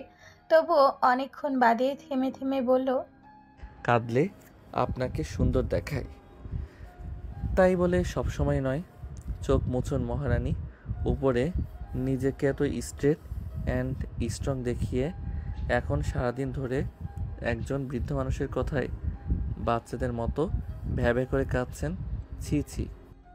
দুষ্টু চোখ মুছল, মন খারাপ করে শূন্যে চেয়ে রইল। প্রচ্ছদ আপন মনেই কণ্ঠে মাদকতা ঢেলে বলল, আপনি যদি একবার আমার চোখ দিয়ে নিজেকে দেখতেন বুঝতে পারতেন আপনি ঠিক কতটা সুন্দর, কতজন আপনার পায়ে নিজের হৃদয় সঁপে দেওয়ার জন্য প্রস্তুত, কত চাতক পাখি আপনার প্রতীক্ষায় অপেক্ষারত, শুধু একবার আপনাকে ছুঁয়ে দেখবে বলে। দুষ্টুর কান্না সেই মুহূর্তে পুরোপুরি থেমে গেল। মুহূর্তের খুব গহীনের অন্তঃসত্ত্বায় প্রচ্ছদের বাক্যগুলো তীব্র গতিতে নাড়া দিল। দুষ্টুর নিজেকে অসাড় লাগলো। সে পূর্ণ দৃষ্টিতে প্রচ্ছদকে একবার আগাগোড়া দেখে নিয়ে নিজ চরিত্রে ফিরে গেল। ঘরে যান, আমার পিছু পিছু যেখানে সেখানে যেতে বারণ করেছি। প্রচ্ছদ কাজ ঝাঁকিয়ে ডোন্ট কেয়ার ভাব নিয়ে বলে, আমার বাড়ি, আমার ছাদ, তোমার পিছু পিছু আসতে হবে কেন? নেহাত আম্মু বলল। আমাদের বাড়ির একটা বাচ্চা ছাদে ঠান্ডায় দাঁড়িয়ে কান্নাকাটি করছে। আমি যেন সেই অভুক্ত বাচ্চাটিকে ভুজুং ভাজুং দিয়ে নিচে নিয়ে গিয়ে চকলেট খেতে দিই, তাই নিতে আসলাম। দুষ্টু নাক ফুলিয়ে বলে, সময় হলে আমি একাই যাব, ভুজুং ভাজুং দিয়ে নিয়ে যেতে হবে না। আমাকে বিরক্ত না করে আপনি যান। প্রচ্ছদ চোখ গরম করে তাকানোর ভান করে। এরপর দৈবাত্য গলার স্বর বাড়িয়ে একটুখানি সুর তোলে, দেখতে বউ বউ, কিন্তু মস্ত বউ বউ, বেশ জুটে গেছে কপালে। শীতের আকাশ বাতাস মুখরিত হলো প্রচ্ছদের বেসুরো ধেড়ে গলার গানে। কুয়াশার শুভ্র জালগুলো আরো ঘন সন্নিবেশিত হতে হতে জানান দিল প্রচ্ছদ ঠিক গান গিয়েছে। দুষ্টু প্রচ্ছদের আড়ালে ঠোঁট চেপে হাসল, ভ্রু নাচিয়ে বলল, এর পরের লাইনগুলো কি আমি বলবো? প্রচ্ছদ ঠোঁট ফাঁক করে হাসে। রাস্তা দণ্ডায়মান ল্যাম্পপোস্টের হলদে নিয়ন বাতির রশ্মি এসে ওদের স্বর্ণ রঙে রাঙিত করলো। প্রচ্ছদ সরল গলায় বলল, শাড়িতেই প্রথম দেখলাম তোমায়। কেন? টিয়ার বিয়েতে আমি শাড়ি পরেছিলাম, আপনি দেখেননি? প্রচ্ছদ ঠোঁট উল্টালো। কই না তো। মিনিট দুয়েক ভাবতেই দুষ্টুর মনে পড়ল ও আধ ঘন্টাও শাড়ি পরে থাকেনি। প্রচ্ছদ সেই সময় ব্যস্ত ছিল বলে তেমন নজরও দেয়নি। দুষ্টুর ধ্যান ভাঙল প্রচ্ছদের কথায়। ভীষণ সুন্দর লাগছো নয়নাভিরাম, একদম প্রচ্ছদের বউ বউ লাগছে। দুষ্টু ভ্রু টান টান করে চাইল প্রচ্ছদের শেষ কথায়। লজ্জায় গাল দুটো লাল হয়ে উঠল, তবে বুঝতে দিল না। প্রচ্ছদ নিজের জ্যাকেট খুলে দুষ্টুকে পরিয়ে দিয়ে একটানে চেন লাগিয়ে দিল। আচম্বিতে দুষ্টুর হাত পা থরথর করে কেঁপে উঠল। প্রচ্ছদ চিন্তিত গলায় বলল, দেখেছো ঠান্ডায় কাঁপছো, চলো চলো। ইতস্তত কণ্ঠে দুষ্টু বলল, আপনি আগে যান, আমি আসছি। প্রচ্ছদ কি যেন ভেবে দাঁড়িয়ে গেল। কপাল কুঁচকে বলল, একসাথেই নামি। ডিনার করেছেন? তোমার সাথে করব। কেন? বেড়ে দিবে কে? আমি চলে যাওয়ার পর কে দেবে? নতুন কেউ। প্রচ্ছদের কাজ ঝাঁকানো উত্তর। দুষ্টু কিছুক্ষণ এক দৃষ্টিতে চেয়ে থাকলো। যাতনায় বুকটা ক্রমেই ভারী হয়ে উঠল। এই লোক কতদূর পর্যন্ত ভেবে ফেলেছে। দুষ্টুর থাকা বা না থাকায় তার কি কোনো যাই আসে না। দুষ্টু চুপসানো আননের দিকে তাকিয়ে প্রচ্ছদ ক্ষীণ হেসে রেলিং ধরে দাঁড়ালো। শরীর গরম করার জন্য সে স্ট্যান্ড আপ কিছু এক্সারসাইজ করলো। হাতে হাত ঘষে গরম করতে করতে বলল, তুমি আমাকে কখনো এক সেকেন্ডের জন্য ভালোবাসোনি দুষ্টু। আচ্ছা সেকেন্ড বাদ দাও, ন্যানো সেকেন্ড। প্রচ্ছদের প্রশ্নে দুষ্টুর মাথায় যেন গোটা নভমণ্ডল ভেঙে পড়ল। হঠাৎ বোধ হলো তার এই মুহূর্তে ভীষণ ভীষণ রকমের ঠান্ডা লাগছে। হাত পায়ে রক্ত চলাচল বন্ধ করে দিয়েছে, যেন এক্ষুনি ওর হৃৎপিণ্ড পর্যাপ্ত রক্ত না পেয়ে হার্ট ফেলিওর করে বসবে। প্রচ্ছদ উত্তরের আশায় চাতক পাখির ন্যায় চেয়ে আছে। দুষ্টু নিজের ঠাট বজায় রাখলো, কিন্তু প্রচ্ছদের ওই আকাঙ্ক্ষাময় সুশোভন দুটি চোখের দিকে তাকিয়ে নিজের প্রকৃতি খুব বেশিক্ষণ ধরে রাখতে পারল না। তার চোখের উপর নিজের ভেজা নয়ন যুগল রেখে চিত্তের অন্ধতায় মোহবিষ্ট হয়ে উত্তর দিল, আমি আপনার ভালোবাসাগুলোকে ভালোবাসি। বুকের ক্রমাগত উত্থান পথনের কম্পনে প্রচ্ছদ মাতোয়ারা হলো। শুকনো ঠোঁট দুটো ভিজিয়ে উন্মাদ স্বরে নিজের সকল রকমের সীমানা সম্পর্কে শিকলের বেড়াজাল ভুলে গেল। ভেঙে ভেঙে আকুতি করে উঠল, একবার তোমাকে জড়িয়ে ধরি দুষ্টু, প্লিজ একটাবার। দুষ্টু মাথা নাড়ায়, চোখ ভর্তি ঝাপসা নিয়ে এক পা দুপা করে এগোতে থাকে। প্রচ্ছদ আর্তনাদ করে ওঠে, প্লিজ মাত্র একবার। নিষ্ঠুর দুষ্টু থামল না, এলোমেলো পায়ে এক ছুটে চলে গেল। প্রচ্ছদ অপ্রকৃতিস্থের ন্যায় বারংবার ডেকে গেল, একবার দুষ্টু, একবার, একটা বার আমার তৃষ্ণার্ত বক্ষে মাথা রাখো। আর কোনোদিন আমার বুক থেকে তোমায় মাথা উঠাতে দেব না। তুমি আমার বাহু ডোরে সারা জীবনের তরে আটকে যাবে। প্রয়োজনে বেঁধে রাখবো, আমার হৃদয়ের গোপন কুঠুরিতে লুকিয়ে ফেলবো। দুষ্টু প্রচ্ছদে ডিভোর্সের বাকি আর মাত্র 2 দিন। তন্মধ্যে প্রযুক্ত শ্রেয়সীর গোপন বিয়ের ব্যাপারে সবার জানাজানি হয়ে গেছে। বাবা মাকে রয়ে সয়ে বুঝিয়ে শ্রেয়সীকে ঘরে তোলার জন্য সবকিছু ঠিকঠাক করতে হয়েছে ইরাকে। এ মাসের 30 তারিখ শ্রেয়সীকে উঠিয়ে আনা হবে। এত সব ঝক্কি ঝামেলার মাঝে ইরার আচমকা ব্লিডিং হতে শুরু করলো। ঘটনাটি ভূমিকম্পের ন্যায় বাড়ি শুদ্ধ সবাইকে নাড়িয়ে দিয়ে গেল। ইরার প্রায় 4.5 মাস ছই ছই। প্রযুক্তর বিয়ের জন্য 2-3 দিন এ বাড়ি ও বাড়ি করতে হয়েছে। শ্রেয়সীর বাসায়ও যেতে হয়েছে। এত ধকল সইতে না পেরে এই অনাকাঙ্ক্ষিত আকস্মিক দুর্ঘটনাটি ঘটে গেল। ব্লিডিং শুরু হয়েছে সকাল 7টায়। ব্লিডিং হালকা গাঢ় হতেই ইরা পায়ে অপরাধী ভঙ্গিতে শিরিন হককে গিয়ে জানালো সকাল 9টায়। ঝড়ের বেগে কথাটা অর্জনের কানে চলে গেল। সকাল 10টার মধ্যে ওরা ডাক্তারের কাছে রওনা হলো। ইরা যেন মুখ বনে গেছে, ফ্যাল ফ্যাল করে শুধু চেয়ে আছে। মন মস্তিষ্কে ঘুরছে শুধু একটাই কথা, আমার এই বাচ্চাটাও বাঁচবে না। পেটে হাত রেখে ইরা ঠোঁট ভেঙে নিস্তব্ধে কেঁদে উঠল। অর্জন ওকে জাপটে ধরে দোয়াদরুদ পড়ে পেটে ফু দিল। প্রচ্ছদ নির্বিচ্ছিন্ন নীরবতায় গাড়ি চালিয়ে গেল। পাশের সিটে দুষ্টু বসে আছে। ইরার এক স্তূপ হাহাকারে ওর মনটা বিষিয়ে উঠছে। বিড়বিড় করে আল্লাহকে ডেকে বলছে, সুন্দর ভাবির কষ্ট কমিয়ে দাও আল্লাহ। ডাক্তার ইরাকে চেক আপ করে চিন্তিত গলায় বললেন, তেমন কোনো সমস্যা নেই, তবে মিস ক্যারেজের ঝুঁকি ছিল। হসপিটালে ভর্তি থাকুক। ইরা চেহারায় আতঙ্কের ভাবটা খানিক প্রশমিত হলো, কিন্তু অর্জন এক বাক্যে না করে দিল। ডাক্তার বললেন, আচ্ছা, নিজ বাড়িতে যদি আমার দেওয়া নিয়মগুলো মানতে পারেন তবে হসপিটালে ভর্তির দরকার নেই। ডাক্তার নিয়ম দিলেন 3 মাস ফুল বেড রেস্ট। 2 সপ্তাহ সে বিছানা থেকে উঠতে পারবে না, ওয়াশরুমে যাওয়া ছাড়া। পায়ের নিচে সারাক্ষণ বালিশ দিয়ে রাখতে হবে, হাঁটবে না। ওষুধ ঠিক মতো খাবে, সময় মতো ইঞ্জেকশন নিতে হবে। অর্জন মাথা ঝাঁকিয়ে বেরিয়ে এলো। বাড়িতে এসে দেখা গেল রীতিমতো ইরাকে 1 সেকেন্ড কাজ ছাড়া করছে না সে। কোলে করে ওয়াশরুমে নিয়ে গিয়ে আবার কোলে করে নিয়ে আসছে। দুষ্টু তা দেখে হেসে কুটি কুটি হয়ে চলে এলো। প্রচ্ছদ সেই কোথায় যেন আবার লাপাত্তা হয়েছে। ওই দিনের পর থেকে এই 5 দিন প্রচ্ছদের সাথে তার একটা টু শব্দ বিনিময় হয়নি। দুষ্টু শব্দ করে নিঃশ্বাস ছাড়লো। আলমারি খুলে কিছু গয়নার বাক্স বের করে চলল শিরিন হকের ঘরের দিকে। শিরিন হক মিনিট 4 হলো দুষ্টুর দিকে রক্তলাল চোখে তাকিয়ে আছেন। দুষ্টু সেই চক্ষু সপ্তমবারের মতন দর্শন করে আরো খানিকটা মিয়ে গেল। এগুলো আর আমার প্রাপ্য নয়, রেখে দিন। সাথে সাথে শিরিন হকের ভরাট গলার স্বর দেওয়ালে দেওয়ালে বাড়ি খেল। আমি স্বার্থপর পাষাণ বেপরোয়া দেখেছি, কিন্তু তোমার মতো মেয়ে মানুষ দেখিনি। দুষ্টু যেন কথাটা শুনেও শুনল না। কি দরকার এত পাত্তা দেওয়ার? আজ বাদে কাল যেখান থেকে চলে যেতেই হবে, তাদের কথাকে এত গুরুত্ব ভেবে গায়ে মাখানোর কোনো প্রয়োজন নেই। এরপর বছরে ওদের সাথে দেখা তো দূর, সারা জীবনে একবার দেখা হয় কিনা সন্দেহ। আমার বাড়ির এই অবস্থা, আর তুমি তোমার গোছগাছ শুরু করে দিয়েছো। দুষ্টু মুখে হাত দিয়ে দাঁড়িয়ে কিছুক্ষণ ভেবে আস্তে করে উত্তর দিল, আমি থাকলে কি বাড়ির অবস্থা ভালো হয়ে যাবে আন্টি? শিরিন হকের চোখ থেকে যেন এবার রক্ত ঝরবে। চোখ পাকিয়ে এমন করে তাকালেন যেন চোখ দিয়ে ভস্য করে ছাড়বেন এই বেয়াদব মেয়েকে।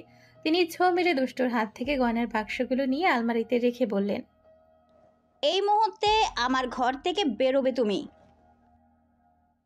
দুষ্টু অপমানটা মনে রাখলো না, ঘর ছেড়ে বেরিয়ে এলো। ওকে যেন কোনো কিছুতেই কেউ আটকাতে পারছে না। বরফের ন্যায় কঠিন মন কোনো মতেই গলছে না। তার উপর বিগত 5 দিন থেকে নীরের এ বাড়িতে উপস্থিত ওকে আরো বেপরোয়া করে তুলেছে। নীর এ বাড়িতে থাকলে দুষ্টু এ বাড়ির কারো চোখের সাথে চোখ মেলাতে পারে না। সর্বক্ষণ মনে হচ্ছে এ বাড়ির প্রত্যেকটা প্রাণ থেকে দেওয়ালের ইটগুলোকে পর্যন্ত সে ক্রমাগত ঠকিয়ে যাচ্ছে। তবে কোনো কিছুই যে ও গায়ে মাখছে না এটা সত্যি। কিন্তু প্রচ্ছদের ওই চুপচাপ হয়ে যাওয়া, দুষ্টুকে অপ্রকাশ্য সর্বদা এড়িয়ে চলা, একটা বাক্য আদান প্রদান না করা, এসব খুব পোড়াচ্ছে। দুষ্টুর অন্তর্দহনে গন্ধ কি প্রচ্ছদের নাকে একবার গিয়ে বাড়ি খায়নি? একবার ঘুরে তাকিয়ে দুষ্টুকে দেখে না কেন? ওর ভালোবাসার পুলিগুলো আর আওড়ায় না কেন? করিডোর ধরে টিয়ার ঘরের সামনে দিয়ে যাওয়ার সময় দুষ্টু বেখিয়ালে দেখে ফেলল টিয়ার মাথায় বিনুনি গেঁথে দিচ্ছে নীর। বিনুনি গাথা শেষ হতেই খুব সন্তর্পণে টিয়ার মাথায় আলতো করে ঠোঁট ছোঁয়ানো হলো। দুষ্টু অনুভূতি শূন্য চোখে তা তাকিয়ে দেখল। ওর বিন্দু পরিমাণ খারাপ লাগলো না। ঠোঁট জুড়ে খেলে গেল মৃদু মন্দ এক চিলতে হাসি। শুধু মনে মনে আওড়ালো, ভাগ্যের কি আশ্চর্য খেলা, কার ভাগ্যে কে লেপ্টে রয়।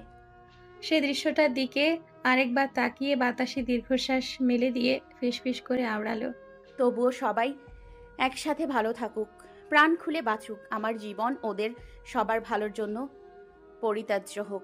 দুষ্টু আস্তে করে দরজার পর্দা টেনে দিয়ে চলে গেল। নীর বিছানায় চোখ বন্ধ করে শুয়ে পড়ল। দুষ্টুর উপস্থিতি ও টের পেয়েছে বলতে, দুষ্টু যখন পর্দা টেনে দিয়ে গেল তখন আয়নায় ওর প্রতিচ্ছবি দেখেছে। টিয়া নীরের মাথার পাশে বসলো, শুধালো, মাথা ব্যথা করছে? চোখ বন্ধ অবস্থায় নীর না করলো। টিয়া ভাবুক স্বরে প্রশ্ন করে, তোমার কি মনে হয় নির্ভয়া, পরশু কি সত্যি সত্যি ওদের ডিভোর্স হয়ে যাবে? নীর চোখ খুলল, টিয়াকে ধরে ওর পাশে শুয়ে দিল। বিনুনি ধরে খেলতে খেলতে শুধালো, আমাদের সম্পর্ক তো অপ্রাকৃত, তুমি কি আমায় কখনো ডিভোর্স দিবে? বিয়ের প্রথম দিকে হলে টিয়া হ্যাঁ বলতো, কিন্তু এই মুহূর্তটা এসে টিয়া ঠিক হ্যাঁ বলতে পারল না। উল্টে প্রশ্ন করলো, তুমি দেবে? টিয়ার প্রশ্নে নীর মুচকি হাসল। ওর পিচি হাতের 5 আঙ্গুলের ভেতর নিজের দীর্ঘ স্থূল 5 আঙ্গুল ঢুকিয়ে বলল, কখনো না। তুমি কখনো কাউকে ভালোবেসেছো নির্ভয়া? বেশিছি তো। কাকে? তোমাকে। সে তো অন্যরকম। নীর টিয়ার কাছাকাছি এলো। নীরের তপ্ত শ্বাস টিয়ার ঠান্ডা মুখশ্রীতে আশ্রে পড়তে নিঃশ্বাসের গতি বেড়ে গেল। নীর ধীর গলায় শুধালো, কিরকম? টিয়া খুব কষ্টে মুখ থেকে নিঃসৃত করতে পারল, বন্ধুর মতন। তো তুমি কেমন ভালোবাসা আশা করছো টিয়া? নীরের ফিসফিসে কণ্ঠস্বর। টিয়া মাথা নিচু করে গুটিসুটি হয়ে উঠে বসল। সেকেন্ড কতক পর টিয়াকে আবারও ধরে শুইয়ে দিয়ে নীর সেই সুরে আবারও শুধালো, স্ত্রীর মতো। টিয়ার দম বন্ধ হয়ে এলো। নীর ওর খুব কাছে, এত কাছে যে দুজনেই তপ্ত নিঃশ্বাস মিলেমিশে একাকার হয়ে এক্ষুনি বিস্ফোরণ ঘটবে। টিয়া নীরের বুকে আলতো ধাক্কা দিয়ে সরিয়ে দিল। ওর হৃদয় কাঁপছে। নীর বলল, তুমি যেদিন থেকে আমাকে নির্ভয়ে বলাটা বিয়োগ করতে পারবে, ভেবে নেবে সেদিন থেকে আমাদের সম্পর্কের ভিত্তি গেঁথে গেছে ভূতলের অনেক অনেক গহীন অবধি, যা আর কখনো উপড়ে ফেলা সম্ভব নয়। টিয়া কি কথাটার মর্ম বুঝলো বোধ হয়। তা না হলে ও দৃষ্টিতে চেয়ে রইল কেন? তুমি আমার আগে কাউকে ভালোবেসেছো? না। নীরের একচোটে উত্তর, কিন্তু তার বোধ হলো এক্ষুনি তার হৃদয় ছিন্ন ভিন্ন হয়ে যাবে। অন্তরেন্দ্রিয় লণ্ডভণ্ড হবে মিথ্যার অভিশাপে। এত বড় মিথ্যে। নীরের বুকটা ভারী হয়ে এত বেশি ওজন হলো যে তার ভার আর বহন করা যাচ্ছে না। সহসা সে টিয়াকে পেছন থেকে জড়িয়ে ধরল। জড়িয়ে ধরার মতো করে এই প্রথম টিয়া আবেশে চোখ বুজে ফেলল। চিত্তে চঞ্চলতা বয়ে গেল। শরীরের রন্ধ্রে রন্ধ্রে শিরশিরানি ঢেউ উঠল। কতক্ষণ পর অনুভব করল তার উন্মুক্ত কাঁধে উষ্ণ নেত্রনীর। সে চমকে উঠল। উৎকণ্ঠায় জিজ্ঞেস করল, নির্ভয়া, তুমি কি টিয়ার কথা সমাপ্ত করতে না দিয়ে বরং আরেকটু গাঢ় করে জড়িয়ে ধরে ওকে হতবম্বতার সাগরে বিহব্বল করে দিয়ে নীর চাপা স্বরে বলে ওঠে, তুমি আমার সেই সবুজ রাঙা পাখি, যার একমাত্র নীর আমি। দুষ্টু ছিল চঞ্চলা বনখঞ্জন পাখির ন্যায়। মুক্ত আকাশে যার বিচরণ ঘটত অহর্নিশ, ছটফটে ডানপিটে অধৈর্য আর দুঃসাহসী আর বেপরোয়া এক বেয়াদব মেয়ে। আরও আছে, হ্যাঁ, অবুঝ ছিল সে। আর আর আর একজন সুখী পাখি। এই চঞ্চলা ব্যাকুল পাখিটা এমন শান্তশিষ্ট আর বুঝদার হয়ে গেল কি করে? হঠাৎ করে ডানা ঝাপটাতে ভুলে গেল, সোনার খাঁচায় নিজেকে বন্দি করল। শেষমেশ অভিমানী আক্রোশে ডানাজোড়া ছেটেই ফেলল। ডানার বদলে গায়ে মাখল এক নতুন তকমা, প্রচ্ছদের অর্ধাঙ্গিনী। এ যেন আরেক নতুন আগুন ডানা। তারও ছাটার সময় এসে পড়ল। সেই কাঙ্ক্ষিত সময়। 3টে মাস চোখের পলক ফেলতে না ফেলতেই কেন চলে গেল? দুষ্টু ফাঁপড়ে পড়ল। এদিক সেদিক তাকিয়ে চোখ মুখে হাত ডলে পানি ছিটিয়ে বুকের হাঁসফাঁস মেটাতে চাইল, কিন্তু এত সহজে কি তা মিটতে চায়? শেকড় যে গেথে গেছে অনেক দূর অবধি, যেখানে যাওয়ার পথ দুর্গম প্রগাঢ়। শীতের সকালে তখন বাজে ভোর 6:30। সকাল 10টায় ওদের কোর্টে যেতে হবে। প্রচ্ছদ কাল রাতে বাড়ি ফিরেনি। গত 5 দিন দুষ্টুর সাথে কোনো রকম বাক্য বিনিময় করেনি। সে কি আর দুষ্টুকে আটকাতে চায় না? দুষ্টুর বুকটায় কি যেন একটা কামড়ে ধরল। হাড় কাঁপানো শীতের মাঝেও কেবলমাত্র প্রস্ফুটিত ভরে সে ঠান্ডা পানিতে গোসল করল। তবুও শরীরে জ্বালা মিটল না, অসহ্য জ্বালা। হাজার মগ বালতি পানি দিয়েও যে জ্বালা মেটানো সম্ভব না। আদতে তো এ জ্বালা অন্তরের। বুঝদার দুষ্টু তা বুঝেও বুঝতে চায় না। গোসল শেষে বেরিয়ে জানালা ঘেঁষে সাইড টেবিলের ওপর 1 কাপ ধোয়া ওঠানো কফির মগ দেখতে পেল। ভ্রু কুচকে খানিকক্ষণ চেয়ে থেকে হাত বাড়াতেই দেখলো মগের নিচে একখানা চিরকুট। স্তব্ধ রাতের নিঝুম বৃষ্টিতে সাগর পাড়ে সবুজ ঝর্ণা দেখার একযোগ ইচ্ছে ছিল। ইচ্ছেগুলো অতৃপ্ততায় মরে গেল। অথচ তুমি তা একবার চেয়ে দেখলে না, খোঁজ করলে না, আমায় একটুখানি সুখের স্পর্শ দিয়ে পুরোদস্তর দুঃখী করে চলে গেলে। অভিযোগে চিরকুটখানা পড়তেই অম্বুতে তপ্ত হলো ঈষৎ লাল চোখ দুটি। দুষ্টু খুব সন্তর্পণে কাগজের এলোমেলো অসুন্দর লেখার উপর ঠোঁট ছোয়ালো। প্রচ্ছদের চিঠি। কখন এলো সে? দুষ্টুর গোসলে যাওয়ার সুযোগ লুফে নিয়েছে। কেন? সে কি দুষ্টুর মোকাবেলা করতে ভয় পাচ্ছে? ভেতর থেকে তক্ষুনি কে যেন প্রচ্ছদের ন্যায় স্বরে হুঁশিয়ারি দিয়ে উঠল। আমি চোখে চোখ রাখলে তোমার যাওয়ার ইচ্ছেটা ডিক্লাইন করতে হবে দুষ্টু। আমি তোমার ইচ্ছেগুলোকে প্রাধান্য দিচ্ছি। প্রজাপতি জোরে চেপে ধরলে মরে যায়। তুমি আমার জীবনের খুব সুন্দর একটি প্রজাপতি। আমি তোমাকে জোরে চেপে ধরতে চাই না, আঁকড়ে ধরতে চাই। কেন? কেন জোরে চেপে ধরতে চায় না? একবার দুষ্টুর অমতেই জোর করে বিয়ে করবে, আরেকবার দুষ্টুর মত প্রাধান্য দিয়ে তাকে ছেড়েও দিবে। সব বুঝি ওই লোকের মন মর্জি মতোই চলবে। দুষ্টু আচম্বিত একটা কলম তুলে নিল হাতে। চিরকুটের অপর পাশে লিখল, যার চিত্তে আমার সম্পদ, তার প্রণয় উপন্যাসে আমার প্রিয় প্রচ্ছদ। প্রিয় প্রচ্ছদ, তোর প্রিয় প্রিয় হলে তাদের ছেড়ে চলে যেতে হয়। দুষ্টু মাথা নাড়িয়ে অবাধ্য দুশ্মন মনকে উত্তর করল, প্রিয়দের ভালো রাখতে ছেড়ে দিতে হয়। উত্তরটা দিয়ে দুষ্টু কাগজটা দুমড়ে মুচড়ে জানালা দিয়ে ফেলে দিল। সে সময় নিচে দাঁড়িয়ে তার প্রিয় সুদর্শন পুরুষটি বেখিয়ালি তাকে দেখে যাচ্ছিল। কাগজটা পড়তেই সে লুফে নিল। প্রচ্ছদ দুষ্টুকে কোর্টে নিয়ে গেল না। তার লেখা দুষ্টু তখনও পায়নি। সে কোর্টে গেল শ্রেয়সী প্রযুক্তর সাথে। কোর্টে ঢুকতেই দুষ্টু অপ্রকৃতিস্থের ন্যায় এদিক সেদিক তাকিয়ে প্রযুক্তকে জিজ্ঞেস করল, উনি কোথায়? প্রযুক্ত গুরুগম্ভীর স্বরে উত্তর দিল, আছে আশেপাশেই। তুমি সাইন করো, এরপর ও এসে সাইন করে 3 শব্দ বলে দিবে। দুষ্টুর আত্মা ধক করে উঠল। 3 শব্দ মানে? তালাক। ভরার চোখে কাগজ হাতে নিয়ে দেখল সব আবছা। কোথায় সাইন করবেও? দুষ্টু কলম ধরল। তার মনে হলো এক ভয়ঙ্কর দানব ধরল সে। দুষ্টু প্রচ্ছদের সম্পর্ক ভাঙার দানব। সাইন করতে গেলেই ঝাপসা চোখ দুটো থেকে টপ টপ করে পানি পড়ল কাগজের ওপর, যার ওপর বড় বড় করে স্পষ্ট অক্ষরে লেখা ডিভোর্স পেপার। দুষ্টু সহসা থেমে গেল। উদ্ভ্রান্তের সদৃশ এদিক সেদিক তাকিয়ে প্রচ্ছদকে ডাকলো। ডাকতে ডাকতে উকিলের চেম্বার ছেড়ে বেরিয়ে এলো। লম্বা করিডোরের শেষ সীমান্তেও প্রচ্ছদের হদিস মিলল না। পুরো কোর্ট পাড়ায় খুঁজল। তলাশ করতে করতে একসময় দেখলো অদূরে পুরনো বটগাছের সাথে সে হেলে দাঁড়িয়ে আছে। দুষ্টু এলোমেলো পায়ে দৌড়ে সেদিকে গেল। জুতো জোড়া খুলে পড়লো এদিক সেদিক। প্রচ্ছদ ভূতগ্রস্তের ন্যায় তাকিয়ে থাকলো দৌড়ে সামনে এসে দাঁড়ানো দুষ্টুর দিকে। পিড়ে চমকে উঠল ওর। মিনিট কতক্ষণ পর শক্ত করে ওর বাহু চেপে ধরল। দুষ্টু হাঁপ ধরা গলায় রুদ্ধ শ্বাসে থেমে থেমে বলে, সেদিন আমাকে জড়িয়ে ধরতে চেয়েছিলেন না, আজ ধরবেন? প্রচ্ছদের শ্বাস গলায় আটকে গেল। এক দৃষ্টিতে চেয়ে বলে উঠল, ধরলে কিন্তু আর ছাড়বো না। ছাড়লে আপনার খবর হয়ে যাবে। প্রচ্ছদ হেসে দিল। কেমন ছন্নছাড়া স্বপ্নময় তৃপ্ত সেই হাসি, পরিপূর্ণতা আর পরিতুষ্টির। যে হাসি দেখলেও মন ভরে ওঠে, স্নিগ্ধতায় ছেয়ে যায় বুক। প্রচ্ছদ দুষ্টুকে শক্ত করে জড়িয়ে ধরল। যতটা শক্ত করে ধরলে নিজ অন্তরেন্দ্রিয়র অন্তরিক্ষে লুকিয়ে ফেলা যায়। প্রশান্তিতে সে ফিসফিস করে বলল, বলেছিলাম না শেষ পর্যন্ত আপনার আমাকে ডিভোর্স দেওয়া হয়ে উঠবে না। দুষ্টু প্রচ্ছদের বুকে মুখ ডোবালো। প্রচ্ছদ অক্টোপাসের ন্যায় আরো আষ্টে পৃষ্ঠে পেঁচিয়ে ধরল। কত অপেক্ষার পর যে এ প্রাপ্তিটুকু তা কেবল প্রচ্ছদই জানে। 10 বছর। দুষ্টু প্রচ্ছদের মতন ফিসফিস করে জবাব দেয়, চোরাবালিতে আটকা পড়েছি যে, যতই হাত পা ছুড়ছি আরো অতলে হারিয়ে যাচ্ছি।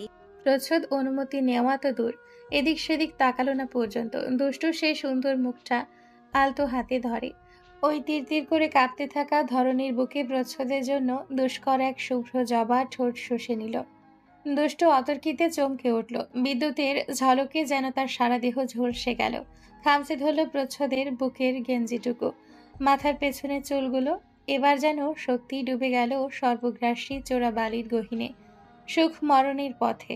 মিনিট তিনেক বাদে দুষ্টু মৃদু ধাক্কা দিল প্রচ্ছদের বুকে। প্রচ্ছদ নরম হয়ে সরল। দুষ্ট চোখ পাকিয়ে তাকালো, ঠোঁট জ্বলছে।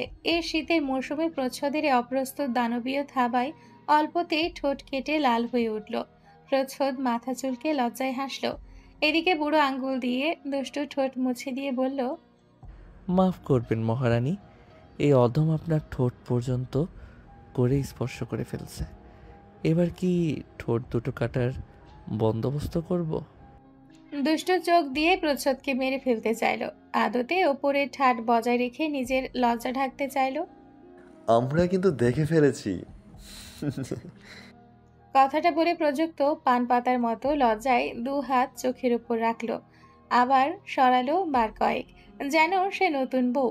শ্রেয়সী দাঁত বের করে হাসলো। দুষ্ট লজ্জায় চিবুক বুকের সাথে মিশিয়ে নিল। প্রচ্ছদ ভ্রুকুচকে বলল, তো আরও দেখবি? বলেই দুষ্টুর দিকে তাকালো। এরপর হতাশায় জর্জরিত কণ্ঠে বলল, থাক, আমার বউটা লজ্জা পাচ্ছে। দুষ্টুর কান দিয়ে ধোঁয়া বের হলো। দৌড়ে গাড়িতে গিয়ে বসলো। প্রচ্ছদ সেদিকে তাকিয়ে মোহিত হয়ে হাসল। এই মেয়েটা তার, আজ থেকে হয়তো পরবর্তী 60 বছরের জন্য একান্তই তার, কিংবা তারও বেশি বা তারও কম। প্রচ্ছদের দুষ্টু আকাশের দিকে মুখ তুলে মাটিতে পায়ের আলোড়ন ফেলে প্রচ্ছদ দুষ্টুর দিকে দৌড়ে গেল বলতে বলতে, মহারানী দুষ্টু, আরেকবার আমার তৃষ্ণার্ত বক্ষে আপনার মূল্যবান মস্তিষ্কটি রাখা যাবে? দুষ্টু গাড়ি থেকে মাথা বের করে চেঁচিয়ে বলল, ওহে অধম মহারানী দুষ্টু, কোনো নির্লজ্জ ব্যক্তির বক্ষে দ্বিতীয়বার মস্তক রাখার মতো ভুল কাজ করবে না। প্রচ্ছদ পেছন দিকে চুল এলিয়ে দিয়ে সুন্দর করে হাসল। তখন তাকে ভারী নিষ্পাপ, বিশুদ্ধ এবং আকর্ষণীয় দেখালো। সে দুষ্টুর সামনে গিয়ে দাঁড়ালো। ঠোঁটের কাছে ঠোঁট এগিয়ে নিয়ে মৃদু স্বরে ধীর গলায় আওড়ালো, কিছু ভুলের কোনো ন্যাক্কার নেই। আমি আরেকবার ভুল করতে চাই। এই মুহূর্তে আরেকবার তোমার ঠোঁটে ঠোঁট রাখতে চাই, আরেকবার তোমাকে শক্ত করে ঝাপটে ধরতে। প্রচ্ছদের কথা শেষ হলো না। দুষ্টু ওর কলার চেপে গাড়ির জানালা দিয়ে প্রচ্ছদের মাথাটা ভেতরের দিকে আনলো। পরপর শুষ্ক দুটো চুমু দিয়ে বলল, মহারানী কি এই অতি আকর্ষণীয় মানবকে খুশি করতে পারলো? তৎক্ষণাৎ প্রচ্ছদ কয়েক সেকেন্ডের জন্য দুষ্টুর ঠোঁট আঁকড়ে ধরল। দুষ্টু হতবম্ব হয়ে হাল ছেড়ে দিয়ে প্রচ্ছদকে সরিয়ে দিতে প্রচ্ছদ হেসে উঠল, বলল, এবার একটু পারল বোধ হয়। নির্লজ্জ, তুমি তো প্রথমে টানলে। বেহায়া। কি করব, কন্ট্রোল থাকলো না তো। অশলীল। তোমার জন্য বারবার হতে চাই। যান চোখের সামনে থেকে। না যান, স্বামীর সাথে এইভাবে কথা বলে না। দুষ্টু ভ্রু কুচকে ঠোঁট বাঁকিয়ে তাকালো। প্রচ্ছদ ওর গাল ধরে মুখটা আকাশের দিকে তুলে দিয়ে বলল, একটা কবিতা শোনাই। আমার সাথে আকাশের দিকে তাকাও আর মন দিয়ে শোনো। এমন একদিন সেদিন বাসনার ফুলঝুরি খুলেছিলাম যেদিন, সে বলেছিল চলো পাল্টাই, চলো হারিয়ে যাই, দিক দিগন্ত ছুটে বেড়াই, সুতো কাটা ঘুড়ি হয়ে যাই, আষাঢ় ফাল্গুনে জ্যোৎস্না ছড়াই, চাঁদের পিঠে বদ্ধ তালা ঘরে নেচে বেড়াই, ইচ্ছেদের ডানায় প্রাণ ভোমরা এঁকে দিতে চাই, সাগর পাড়ে সবুজ ঝর্ণা দেখার ইচ্ছে ছিল পরশুদিন, সেসব প্রার্থনা পুষিয়ে রেখেছিলাম দুদিন, তোমায় এসব বলেছিলাম যেদিন, এমন একদিন ছিল সেদিন।